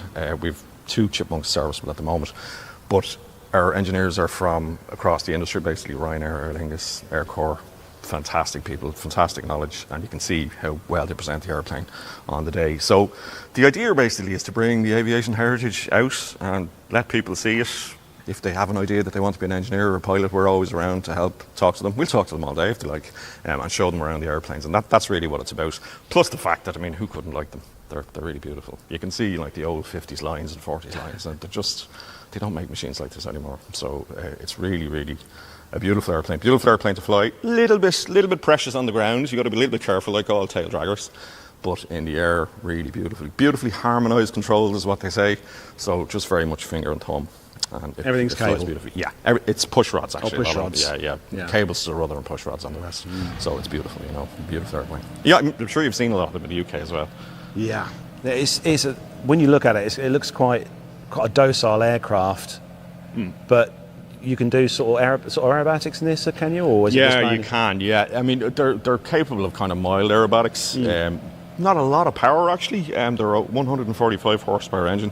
So if you can imagine, you mentioned the 150 earlier. So it's not much more than a 150, but you can see from the size of the airframe, it's a big airplane. So energy management is the key. Now, I wouldn't be an expert on it at all. We have some guys who are very accomplished at the aeros, and they would tell you more about it. But energy management is very much the key. So if there's a kind of a basic sequence that you're doing, a wing over at the end to gain energy, and then maybe down into an aileron or something like that. But they can do a little bit of aeros, all right, yeah. And 2 seats? Yes, 2 seats. So it's a tandem trainer. So if if you can imagine, this would have been built with, you know, the more advanced tail dragger types, really up to fighters. So if you think of a late model Spitfire or something like that, that would have been the ultimate goal of someone training initially on a Chipmunk or Sea Fury or something like that. And they would have started on a Chipmunk, then maybe Miles Master or Harvard, depending on the time, and then onto something more advanced. So you can see the design is really, instructor sits in the back, student sits in the front. Doesn't have a huge view out the front. It's the natural sort of tail dragger setup, where the nose is sitting way high in the air, and then obviously that gets more pronounced then the bigger the airplane you go into. And then you've also got all the effects of a tail dragger when you're taking off as well. So there's 3 or 4 different aerodynamic effects going on there, and a gyro effect from the prop as well. So very, very good basic trainer. Performance, we'll get off the ground in, you know, 200, 300 metres. Very happy on a 400 metre, 450 metre grass strip. Little bit sensitive on tarmac. So we would use a couple of different landing techniques. I'm sure your audience are well used to tail draggers. So we would generally do 3-point landings on grass when the wind isn't too high, and we would generally do wheel landings on tarmac, or if there's a high crosswind on any wind, and that works out very well. But very, very nice airplane to fly, really are. Like any tail dragger, you have to get used to them, but they're lovely, you know. So this afternoon, I'm guessing you're displaying at the Bray Air Show. Yeah. So we're flying a 2 ships. So we have this one and another one in the other hangar here. Is myself and Captain Mark Dwyer from Ryanair. So I'll be number 1 and Mark will be number 2. So we fly. It's a kind of it's a graceful sort of a show off the airplane rather than sort of spectacular aerobatics that you would see with some of the other machines. We'll try and keep a nice tight formation and show the airplanes to the crowd in Bray. To their advantage, you know, and you hear a lovely noise from them as well. So the engine is a 4-cylinder inline. It's a Gypsy Major engine, so the crank is up at the top, and they've just got a distinctive sound, which I'm sure some of your audience are used to as well. Do you get your hands dirty as well with the maintenance? You certainly do, yeah, you certainly do. So there's a saying with these: if they aren't leaking oil, there's no oil in them. So you can imagine that's probably the biggest thing with them. They blow out oil every time they fly. You know, you're going to burn about 1/4 litre an hour typically. So you're forever filling them and then cleaning them off where they blow the oil out afterwards. So there's a bit of that, and then the rest just, you know, the usual things. And a fixed gear on this as well. Fixed gear, yeah, very simple, tough fixed gear, because they would have been used for training. So they had to be able to take a little bit of punishment. They were actually. It's interesting if you've any followers who follow the Battle of Britain Memorial flight in the UK, they still have 2 of these that they use to transition people from heavier, faster machines. So like someone coming from a Typhoon flies one of these first before they go on to a Hurricane or Spitfire later on, you know. So they're still one of the best platforms for doing that on, you know.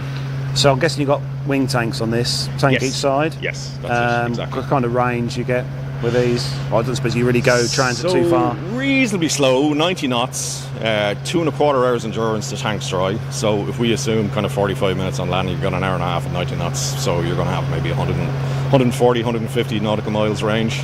So to the other side of Ireland now, say you'd be keeping an eye closely, or if you're operating out to Cork or Waterford, it's fine, but you'd be keeping an eye on weather and you know what your diversion options would be. That's about the limit, because they were designed to be a basic trainer, so they would have stayed close to home a lot of the time, you know. So you're with your main job, you're flying the 330, as you said. I'm guessing that at weekends it's quite nice to come home and possibly take a Sunday trip out in this. And it is, yeah. It's a lovely mixture. I love both of them, to be honest. You know, I mean, it doesn't get tired walking out around under a 330 in New York, and then bringing it home is still fantastic, you know. It's still just as good as it ever was. And then this is just a different kind of flying. So this single engine environment, the tail dragger environment, the display environment as well, they're different disciplines. The formation environment, they're all different disciplines, which are very interesting, and they add skills. And just wait there for a second. There's always a Robinson somewhere. There's always a Robinson. Yeah, it's good to see it. Yeah, it's funny because when you're flying commercially and you're flying this as well, they both kind of lend skills to each other. So if you're used to kind of, you know, decision making in the airline environment and general flying and staying in practice, that lends itself to some of the display stuff and being able to dispatch a flight of airplanes for a display. And then equally, when you get into formation flying first, we have some excellent military instructors in our team from the Air Corps, ex-RAF, all that kind of thing. And I remember the first couple of formation trips, and you realise when you thought you were smooth, you're not nearly as smooth as you think you are, until when you get into formation and the adjustments become much smaller, and you have to stay ahead of the airplane in a very subtle way that you maybe wouldn't have had to before, even though you would have been, good with a bigger airplane. It's just a different environment, and it all adds to it, and I love it all. You love it all. Yeah. So with the foundation, you're saying you've got the Stearman as well? Yes. That must be quite the aircraft. I mean, the Stearman, I think everyone who watches the show will know what the Stearman is, a Boeing Stearman. Yeah. And we've got a few local to us that fly at the local airfields, and you can't miss them when they fly, when you see them. But really can't. Do you get a chance to take that up? Or? I'll be checked out later this year. The one that we have is down for a maintenance issue at the moment, so later this year hopefully. But as you say, they're a real crowd pleaser. And you've probably seen the two here that are the wing walker. They're in the other hangar, I think. The wing walker Stearmans, and it's the physical size of the airplane on the ground. And then it's the noise of a radial engine, and it's the snarl out of it when it starts up, and the smoke and everything. It's just magnificent. Really, really beautiful airplane. Very imposing as well. You're standing beside one, and they're sitting way up here. There's 4 or 5 feet higher than the Chipmunk is on the ground. And probably essentially the same role. Our one is it's an ex-US Navy trainer that went to the UK, and it was bought by one of the founding family of Ryanair, and it was in their colours as well as blue and yellow, so it was a great fit for the overall historic kind of makeup of the historic flight here. So and it's a beautiful airplane. So I'm looking forward to seeing it back out again. Just haven't quite had it in the last few weeks. What's the future hold then, Frank, for you? You're going to obviously stick with flying? Yeah. Yeah. So I'm just a few years from retirement, so I'll keep going with the airline flying for a while. You wouldn't think it, would you? But no, I'll keep going with the airline flying for another few years, certainly. Really very much enjoy that. We probably have a fleet replacement program coming up in the next few years, probably new generation A330s. So there'll be a little bit of work. There's always things to be done, and line flying is busy and work as well, as it always is. You're busy during the summer. Then with the historic flight, it's going strong. We'll keep going. There's a great foundation behind it across the industry. So the leasing companies, Ryanair, the authority, all support it and supporting it. We can pick up a phone and sort of say, look, we're hoping to do this. Would that work? And it's brilliant. We just get great support. So we'll keep that going. Definitely will. And hope to see everyone out at as many events as we can over the next few years. And it's important for the youngsters as well. We've got Alan here with us today. He's got his son with him. Yeah. And I think it's important to showcase things like this, even the older aircraft, to the younger generation, and try and get them into aviation. Yeah. I mean, I don't know. I couldn't put my finger on when I realised I wanted to get involved, but I think it's very important to always give the opportunities to kids and young people who want to get involved, girls, boys, everyone. It's funny. You lift the cowling on an engine on an airplane and just look at fascination sometimes to say, wow, is that how it works? I've never seen one up close, or a first flight, or any of those opportunities. It's really, you can start something, and if you meet one person who gets an idea in their mind that maybe there's a career out of this or a degree in the future. Not just piloting as well, engineering as well. Yeah, engineering is massive. I mean, for every hour we spend in the air, there's a multiple of hours go into it on the servicing side, and the skills are. They're just so valuable, and the people who work on the airplanes and have the knowledge to get into it. I fly a little permit-based airplane as well, where in theory you do your own maintenance. But the difference between someone who's been working on engineering up close, just even the hand skills and the sort of familiarity with tools and just knowing troubleshooting and everything, it's just, you can't buy it, So if you have experienced engineers, it's fantastic, and that's something that someone can shoot at from a long way back. As is the flying, there's two great paths there. And then we've people involved in the team as well from the leasing industry. So the leasing industry here is absolutely gigantic. It's slightly under the radar in some ways, but it's an enormous industry, and it's so interesting. And we have people who are involved from that sector as well, and even talk to them for 20 minutes about how that works, and just the value of it is just incredible. So if anyone ever wants to come and say hello to us at a show when we're there, feel free. So where can listeners find out more about the project? We have a website, irishhistoricflight.com, but probably more often these days it's more, I would say, Instagram. If you look us up on Instagram and on Facebook as well, we have updates going, and that's, we put our calendar up there, and then updates with photographs and where we're going to be and all that kind of thing. Excellent. Yeah. Right, Frank, we'll start to wrap up. One last question though. Yeah, sure. So you're looking out here at Western Airport. Yeah. And there's any aircraft you want out there, any GA, military or commercial airliner, anything out there, sitting out there now, you've got the chance to go out. Yeah. It could be retired as well. Yeah. You get the chance to go out now and fly around the circuit here at Western. What would it be? Does it have to be one that's here? No, it could be anything you want. Any aircraft in the world, retired or flying. Oh, it's got to be a Spitfire. Has to be. Has to be for me anyway. Yeah. You know you can do. It's only $4,500. Well, I'm gonna try and convince my wife that I want to, that I'm going to do that at some stage. Yeah, I mean, I suppose like any of the warbird types. I suppose I grew up in that generation, you know, where your heroes were all kind of pilots and racing drivers and all this kind of stuff. So it's like the World War II fighters are they just have a huge appeal. There's a Mustang here for the weekend. It's over in Baldonnel. They're just a magnificent airplane. Yeah, just fantastic. The noise, the sound. It's an old cliche Merlin sound, but it really is. It's an incredible sound. And Spitfire would have to be, I think. And you know, if there was a Mustang around, I wouldn't say no either. Well, Frank, any of those. Good choice. Yes. And start saving, I think. Yes. Yeah, definitely. Absolutely. Start saving. Most definitely. But Frank, thanks for coming on the show. Been great to speak to you. Pleasure. Have a great display today. Thank you. I'm sure you will be watching from the viewing place there. And enjoy the day. Thank you. Thank you very much. Thanks a million. You know, every now and again on the show, we meet someone who is a real character. And honestly, Nev, Frank was like an absolute legend, wasn't he? Oh, completely. And he's, as always, in Ireland, everybody knows everybody else, don't they? And I was talking to John about this earlier on.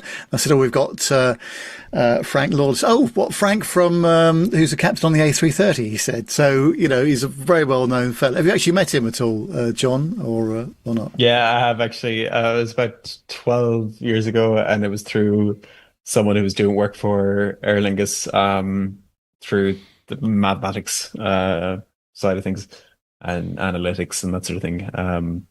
But yeah, it was a very brief meeting, but he's a really, really nice guy. And a fantastic interview. Well done, guys. Yeah, thanks. Thank you. Richard Evans was saying pub evening with him would be perfect. It certainly would can you be, imagine that, Nev? 2 pints of Guinness. Stories that he'd... But also if you look on YouTube and just look up his name, you'll see that he did the inaugural Dublin to Denver, was it? Denver, that's right. Flight in the US on the A330 as well for Aer Lingus. So have a look. It's actually quite a good video, in fact. So have a look for that on YouTube as well. After you've been watching us, obviously. Yeah. No, but no. Thanks to Frank and also for Alan White for setting up that interview as well. Really good. Yeah. And big thanks again, as always, to Alan for helping us out as well. Obviously, across the whole display day, because we did rely on Alan quite a bit to sort a few bits and pieces out for us, didn't we, Nev? So absolutely, big thanks to him. Right, Nev, it's time to move on to the next part of the show, which I'm pleased to say this week. Not only did I find a couple of stories to pop in here, but you also found a story to pop in, Nev. So over to you. I know, it's amazing, isn't it? So stand by for the military. What's up, Bogies 13550, Angel 16, heading 340. Okay. 108 Bogies.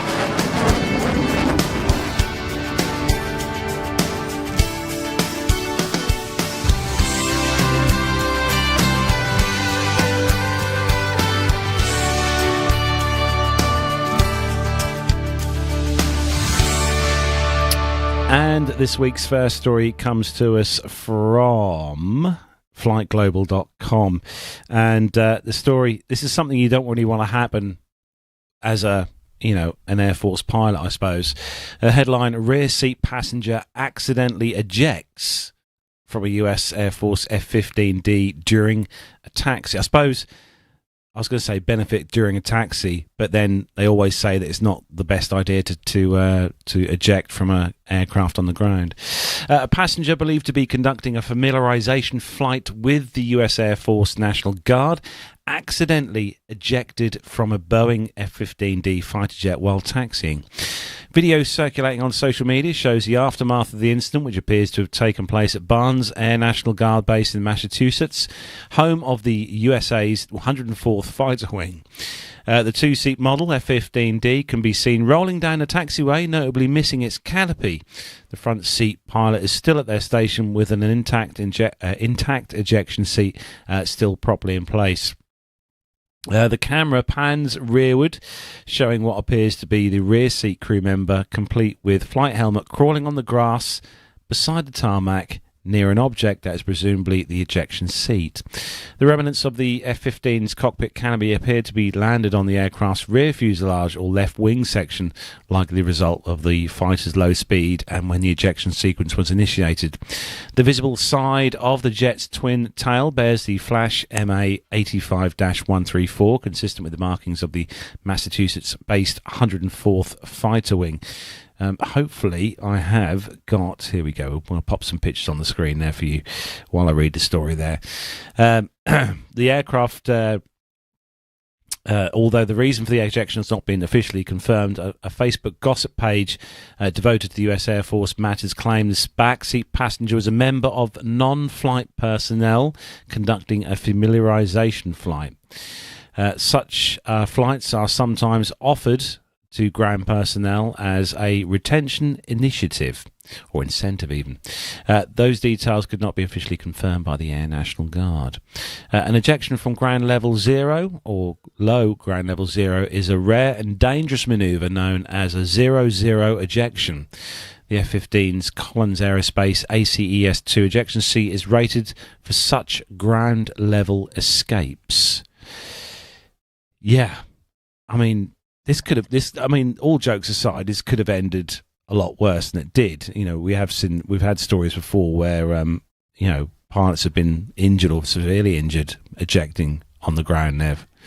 But, yes, I was just wondering, I don't know whether it is a Martin Baker product. Oh, the tie. Sure it's not. No, I don't think he's going to get a tie. No. You won't get a tie. You might get a meeting with the commanding officer for tea with no biscuits, possibly. But no, it's not a Martin Baker product, I don't think, in this particular instance. But don't do that. Don't fiddle around with things that you don't know what you're doing. The thing of it is, the thing that mystifies me is, even I would imagine, Nev, I know you're not the greatest military fan ever, but I'm going to take a wild stab in the dark and guess that even you know what and where, roughly, the ejection handle pull looks like.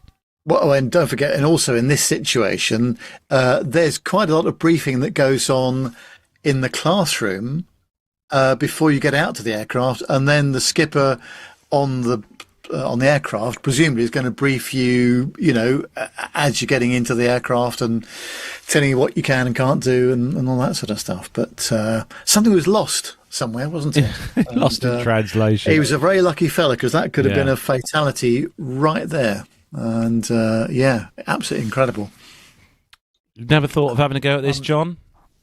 A little bit of ejection? Flying in a F-15 or ejecting someone? Oh, God, no. I bet you've thought of ejecting someone before from a flight. That's definitely come across ejecting your way. Someone, yeah, but me personally, no, thank you.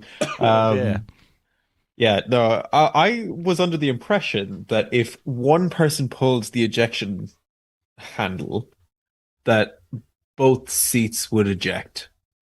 Or maybe is it just the pilot? If the pilot pulls the ejection handle, then both seats eject. I don't know.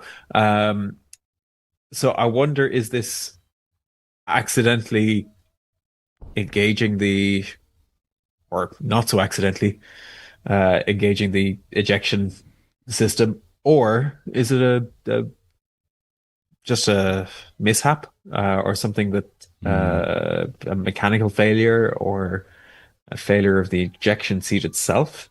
I wonder. I'm not sure. I tried to look up a little bit more, but I can't find anything on it. It just baffles my mind that anyone would pull it by mistake. I mean, you could pull it by mistake, I suppose, if you're thinking, oh, can I adjust my seat, move my seat back like you do in a car.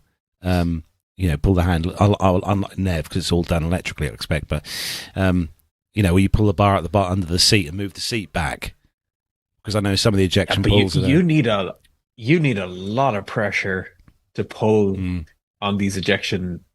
Let me just look up.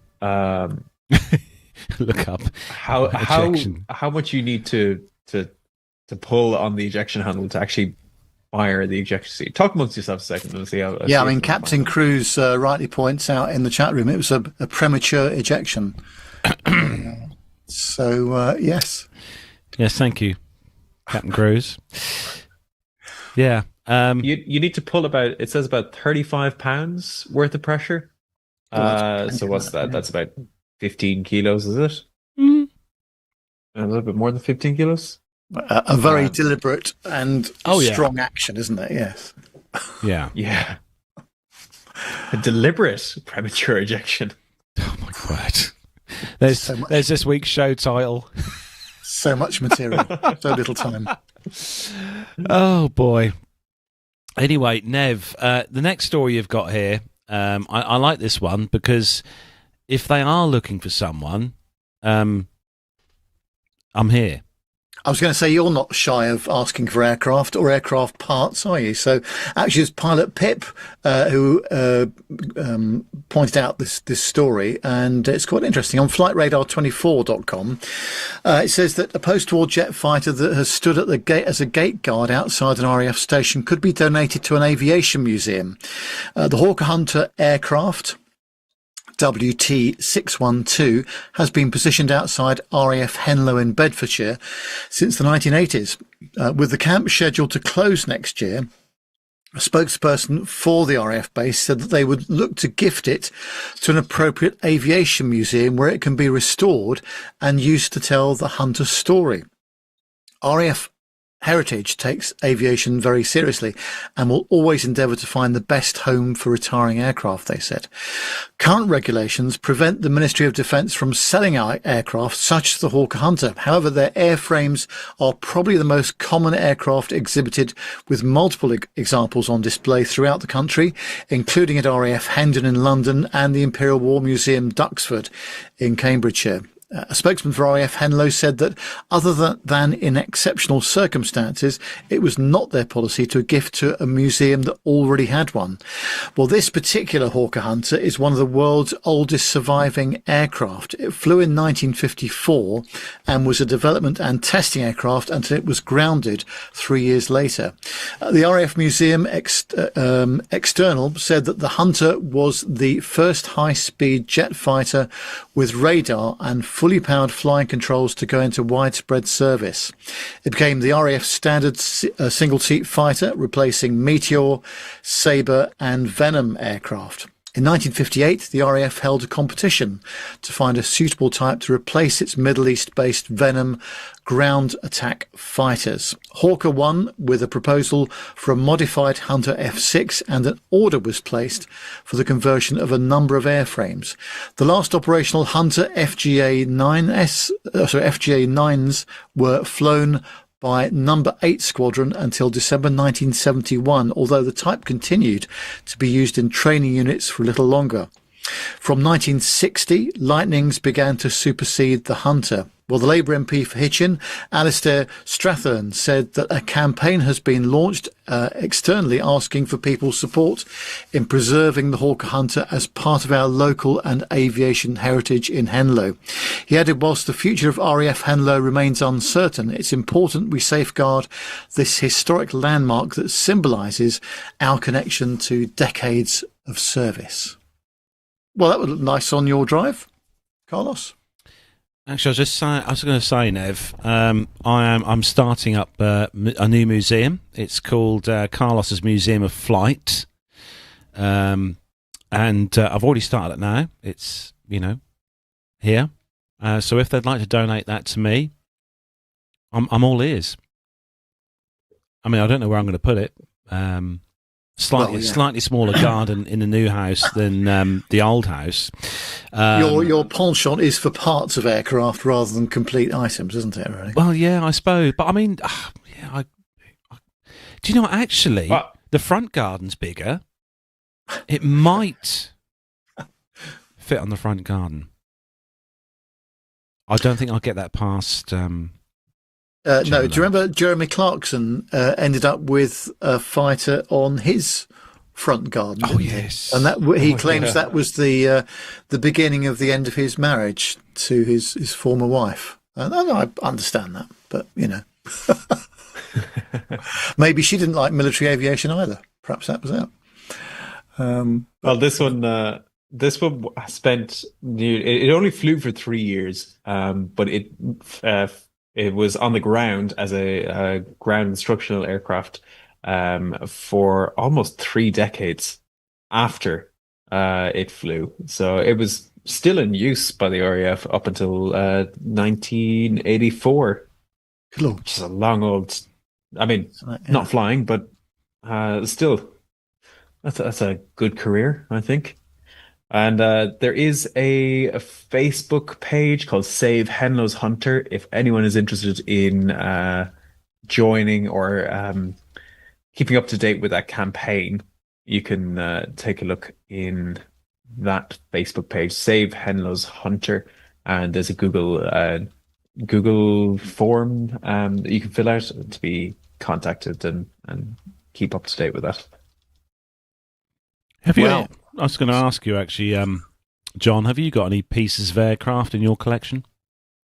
I do. I've got a blade of an A380 engine.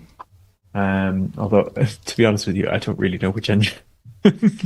And I've got a few pieces of a few A380 skins.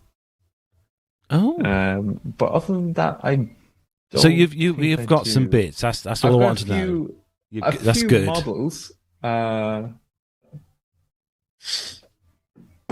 but there are a few bits and pieces. Nothing overly massive, and nothing that can't be hidden away.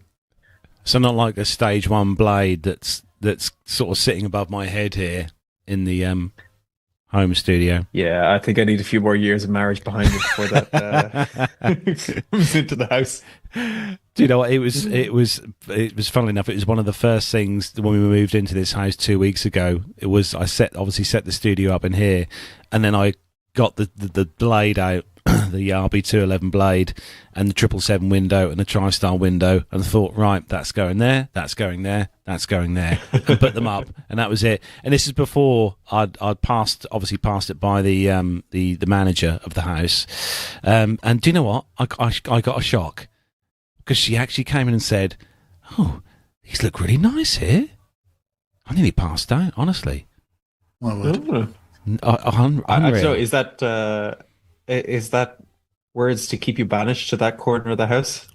Well, this room here where I am is kind of my domain now. It is full of my aviation stuff, to be fair.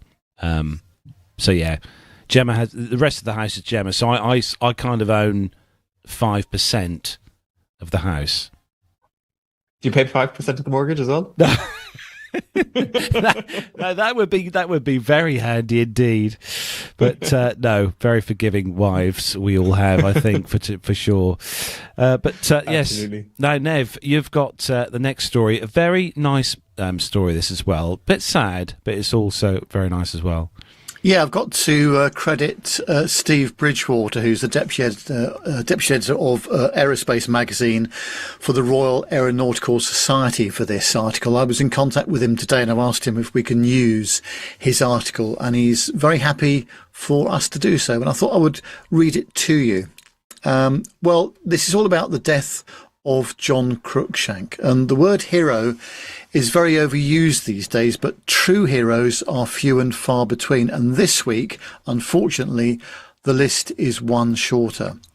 The last World War II recipient of the Victoria Cross has sadly passed away. Reaching the age of 105 is a remarkable achievement for anyone, let alone someone who sustained 72 injuries more than 8 decades ago. Well, John Cruickshank received the award for his bravery in an attack on a German U-boat on the 17th of July 1944. Despite severe wounds, he ensured the safe arrival and landing of his crew on the return from this attack. While piloting Catalina Juliet Victor 928, he attacked the U-boat west of Lofoten Islands, but on the initial attack, the Catalina's depth charge failed to release. Cruickshank made a second run from astern, although intense fire from the U-boat, which killed the navigator John Dixon and seriously wounded 4 other members of the crew, including Cruickshank himself. While Cruickshank had been hit in 72 places, receiving 2 serious wounds in the lungs and 10 in his lower limbs, his aircraft was badly damaged and filled with the fumes of exploding shells. But he did not falter. He released the depth charges himself, straddling the submarine perfectly. The U-boat was sunk, although the crew did not know it at the time. The second pilot took over the controls as Cruickshank's wounds were examined and dressed. However, he knew that the second pilot did not have enough experience to safely land the aircraft in the dark. Rather than accepting morphine, Cruickshank was carried back into the cockpit to oversee the landing. During the next 5.5 hours of the return flight, he several times lapsed into unconsciousness owing to the loss of blood. The damaged aircraft eventually reached base, but it was clear that an immediate landing would be a hazardous task for the wounded and less experienced second pilot. Although able to breathe only with the greatest difficulty, Cruickshank insisted on being carried forward and propped up in the second pilot's seat. For a full hour, in spite of his agony and ever-increasing weakness, he gave orders as necessary, refusing to allow the aircraft to be brought down until the conditions of light and sea made this possible without undue risk. With his assistance, the aircraft was safely landed on the water, and then he directed the taxiing and beaching of the aircraft so that it could easily be salvaged. When the medical officer went on board, Flying Officer Cruickshank collapsed and he had to be given a blood transfusion before he could be removed to hospital. By pressing home the second attack in his gravely wounded condition and continuing his exertions on the return journey with his strength failing all of the time, he seriously prejudiced his own chance of survival, even if the aircraft safely reached its base. Throughout, he set an example of determination, fortitude and devotion to duty in keeping with the highest traditions of the service. What an incredible story of John Cruickshank, who died last week at 105 years old. What an age, 105. Wow. Especially after all those injuries. It's just incredible, absolutely incredible. As someone would say, they don't make them like that anymore. And that's bearing in mind this is 1944, and just imagining surviving all of that with all those injuries and medical conditions. Absolutely horrific. Yeah, definitely built different back then, Nev. Yep. Yeah, not just the aircraft. Wow. Right, thanks for that, Nev. Thanks for finding that out as well, and for arranging for us to have that piece on the show. So thanks again, Nev, for that. Nev, we are having a meet-up in a few weeks' time, and we've got some very, very special guests joining us, haven't we? Well, it's in 10 days' time, actually. I've just looked at the calendar, and it's on Saturday the 30th of August at Beccles Aerodrome, one of our favourites, from 12 o'clock onwards, the PTUK meetup. And we've got some very long-distance guests coming to join us. I think the longest distance probably is coming from the east coast of the US, and Tanya is joining us there. Jenny Parkinson is also joining us. John Jester has just confirmed his arrival from Amsterdam, just across the pond to Norwich International Airport. And also Stuart O'Neill is coming. He was Carlos's CFI, if you remember, and also currently a commercial airline pilot. So Stuart's going to be there as well. Always a fun bloke to be around, and a rotary pilot as well, I believe. He is, yeah. He flies those hairdryer things, yeah.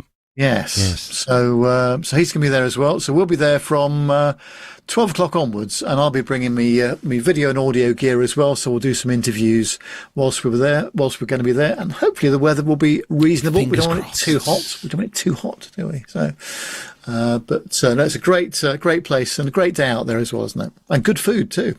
Yeah, good food there as well. We've got a table reserved for us outside, which will hopefully get everyone on, and hopefully the weather's good. It'll be nice to sit outside as well.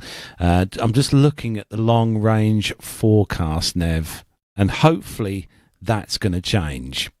We can't do long range in this country. It's my experience that they don't even know what's happening the same afternoon. But I don't think that's going to be accurate at all. No. But it'd be great if you're listening to the audio part of the show this week, or if you're in the chat room now. If you are in the area of Beccles Airfield, it'd be great for you to come and join us up there. There is a car park there. If you're travelling in and worried about somewhere to stay as well, the airfield does have a very nice selection of what they kind of class as kind of glamping caravans. Where the kind of upmarket posh caravans where you can stay in as well. Very reasonable price as well. I think they come with the breakfast next morning included as well, which is very good indeed. But it's a lovely airfield. Got a nice restaurant, as Nev said, good bar. We also forgot to mention, by the way, that Captain Al is going to be flying in, all being well, weather permitting, with his PA-28 from Liverpool Airport over to Beccles. So we'll hopefully be seeing him as well. And you can quiz him about anything to do with the military, because he is now the show's expert. Any military questions you have? The official military correspondent. He is. Oh, yes. Jonathan Warner. Sorry, mate. I'm still waiting for Jonathan Warner's feedback actually from last week's show to what he thought of Captain Al's military segment. But well, we'll see, won't we? Because I'm actually seeing Jonathan and Matt on Friday of this week.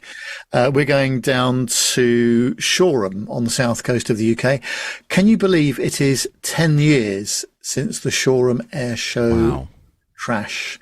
It'll be 10 years to the day on Friday. So we're going down there to commemorate that and to talk with Jonathan, because he was there on the day. So we're going to do an interview with Jonathan and have some thoughts about that day. But incredibly, it was 10 years ago to the day. Wow. Well, that is where we are going to wrap up tonight's show. But first, Nev, just for the benefit of all the listeners across the globe, where can I find out more about us online? Yeah, if you want to go onto the socials, Facebook, X or Instagram, just search those platforms for Plain Talking UK, or you can email the show with your thoughts and comments, podcast@plaintalkinguk.com. Our WhatsApp number is +44 7446 975 214. That's +44 7446 975 214 for your aviation comments, photos, videos, whatever you like. Don't forget you can subscribe to our YouTube channel. Make sure you give us a thumbs up as well, because then you'll get notifications as well when we go live, and you can help shape the conversation of the show by joining us in the chat room, as many people have done tonight. So just go to youtube.com and search for Plain Talking UK. Don't forget, we do have running costs as well with the show. So in order to offset some of those, many people have very kindly donated to us by PayPal and Patreon. You can get all the details about that, if you can afford to do so, on plaintalkinguk.com on the website. Yes, and thank you to our recent new Patreon member. We're going to give him a mention on the show tonight, Eric Graves. He's become one of our latest patrons, so thanks, Eric, for your kind contribution to the show as well through Patreon. Thank you to you. Quick round robin as to what we're all up to next week then, Nev. We'll start with you, Nev. What are you up to next week? Anything good? Oh, I shall just consult my my diary. Not a lot.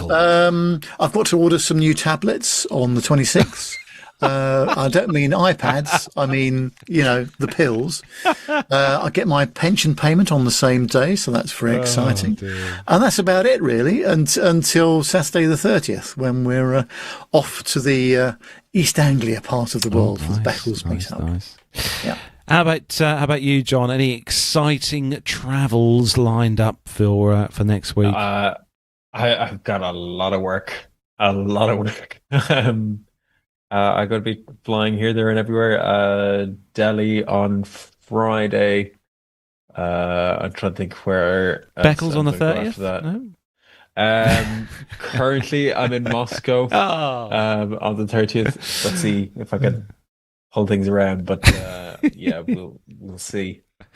That'd be good if you could. And I'm trying to think where else I'm going. Malaysia as well. Oh, nice. Malaysia this week. Nice. Wow. Yeah. The lifestyle you lead, eh? What am I doing? What am I doing this week? Well, this weekend, I will be installing a certain cat flap on the rear door of our house because this weekend will be the lockdown end for Dave and Nigel. They'll be coming off lockdown this weekend after I install the flap. They're going to be heading out into the fields that are out that way at the front of the house, which is great. Going to be a very big surprise for them when they go outside because they're used to seeing houses normally where we used to live. So, yeah, installing cat flaps and probably being a very worried cat dad all weekend. That's probably going to be most of my week. And plus this weekend as well, if you are in the UK, it is a bank holiday weekend. So Monday, don't forget to turn your alarms off because you haven't got to get up early. Even you, Nev, you can have a lay-in as well. Oh, thanks ever so much. Appreciate it. That's okay. Right, that's it for episode 565 of the show. Going to say thanks to John for joining us tonight. Very much appreciated indeed, John. So hats off to you, and much appreciated your feedback as well on the stories this week. So cheers. Thanks for that, John. Yeah, lovely to be back. It's been a while, and great to be on the show again. And thanks to Nev for joining us as always this evening. Awesome work as always, Nev. Thank you very much. And also, thanks to everyone who's tuned in tonight to the show. In the YouTube chat room, all of the usual family members in there. Great to see you in there. And also, big thanks as well to everyone who downloads the show as an audio podcast as well, because we really do appreciate you downloading the show each week as you do via the various platforms online. So thank you to you for downloading the show. And very much, we love you all. So have a great week. Have a great weekend, whatever you're up to. If you're in the UK, enjoy your bank holiday weekend. And we'll see you all, hopefully again, next Wednesday, 7 o'clock here on YouTube Live for the next show, 566 it'll be, 566, my word. So that's it. From me, Carlos here in the home studio. From Nev, I'm going to leave you to say goodbye to everyone. Have a great rest of the week. I'll see you next week. Take it away, Nev. Yeah, hope you have a great time, folks. Thanks very much indeed for tuning as always. Hope you have a nice week and weekend. We'll be back on Wednesday next week, 7 o'clock UK time. In the meantime, bye for now.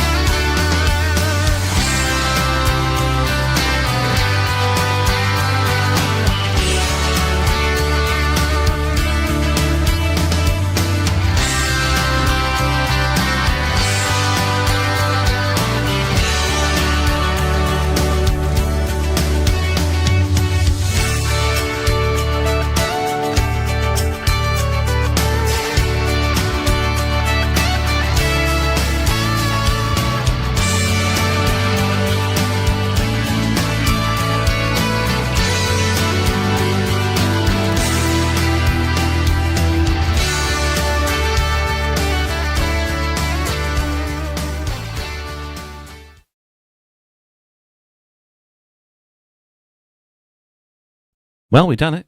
We got there. Yes, there we are. That was good, wasn't it?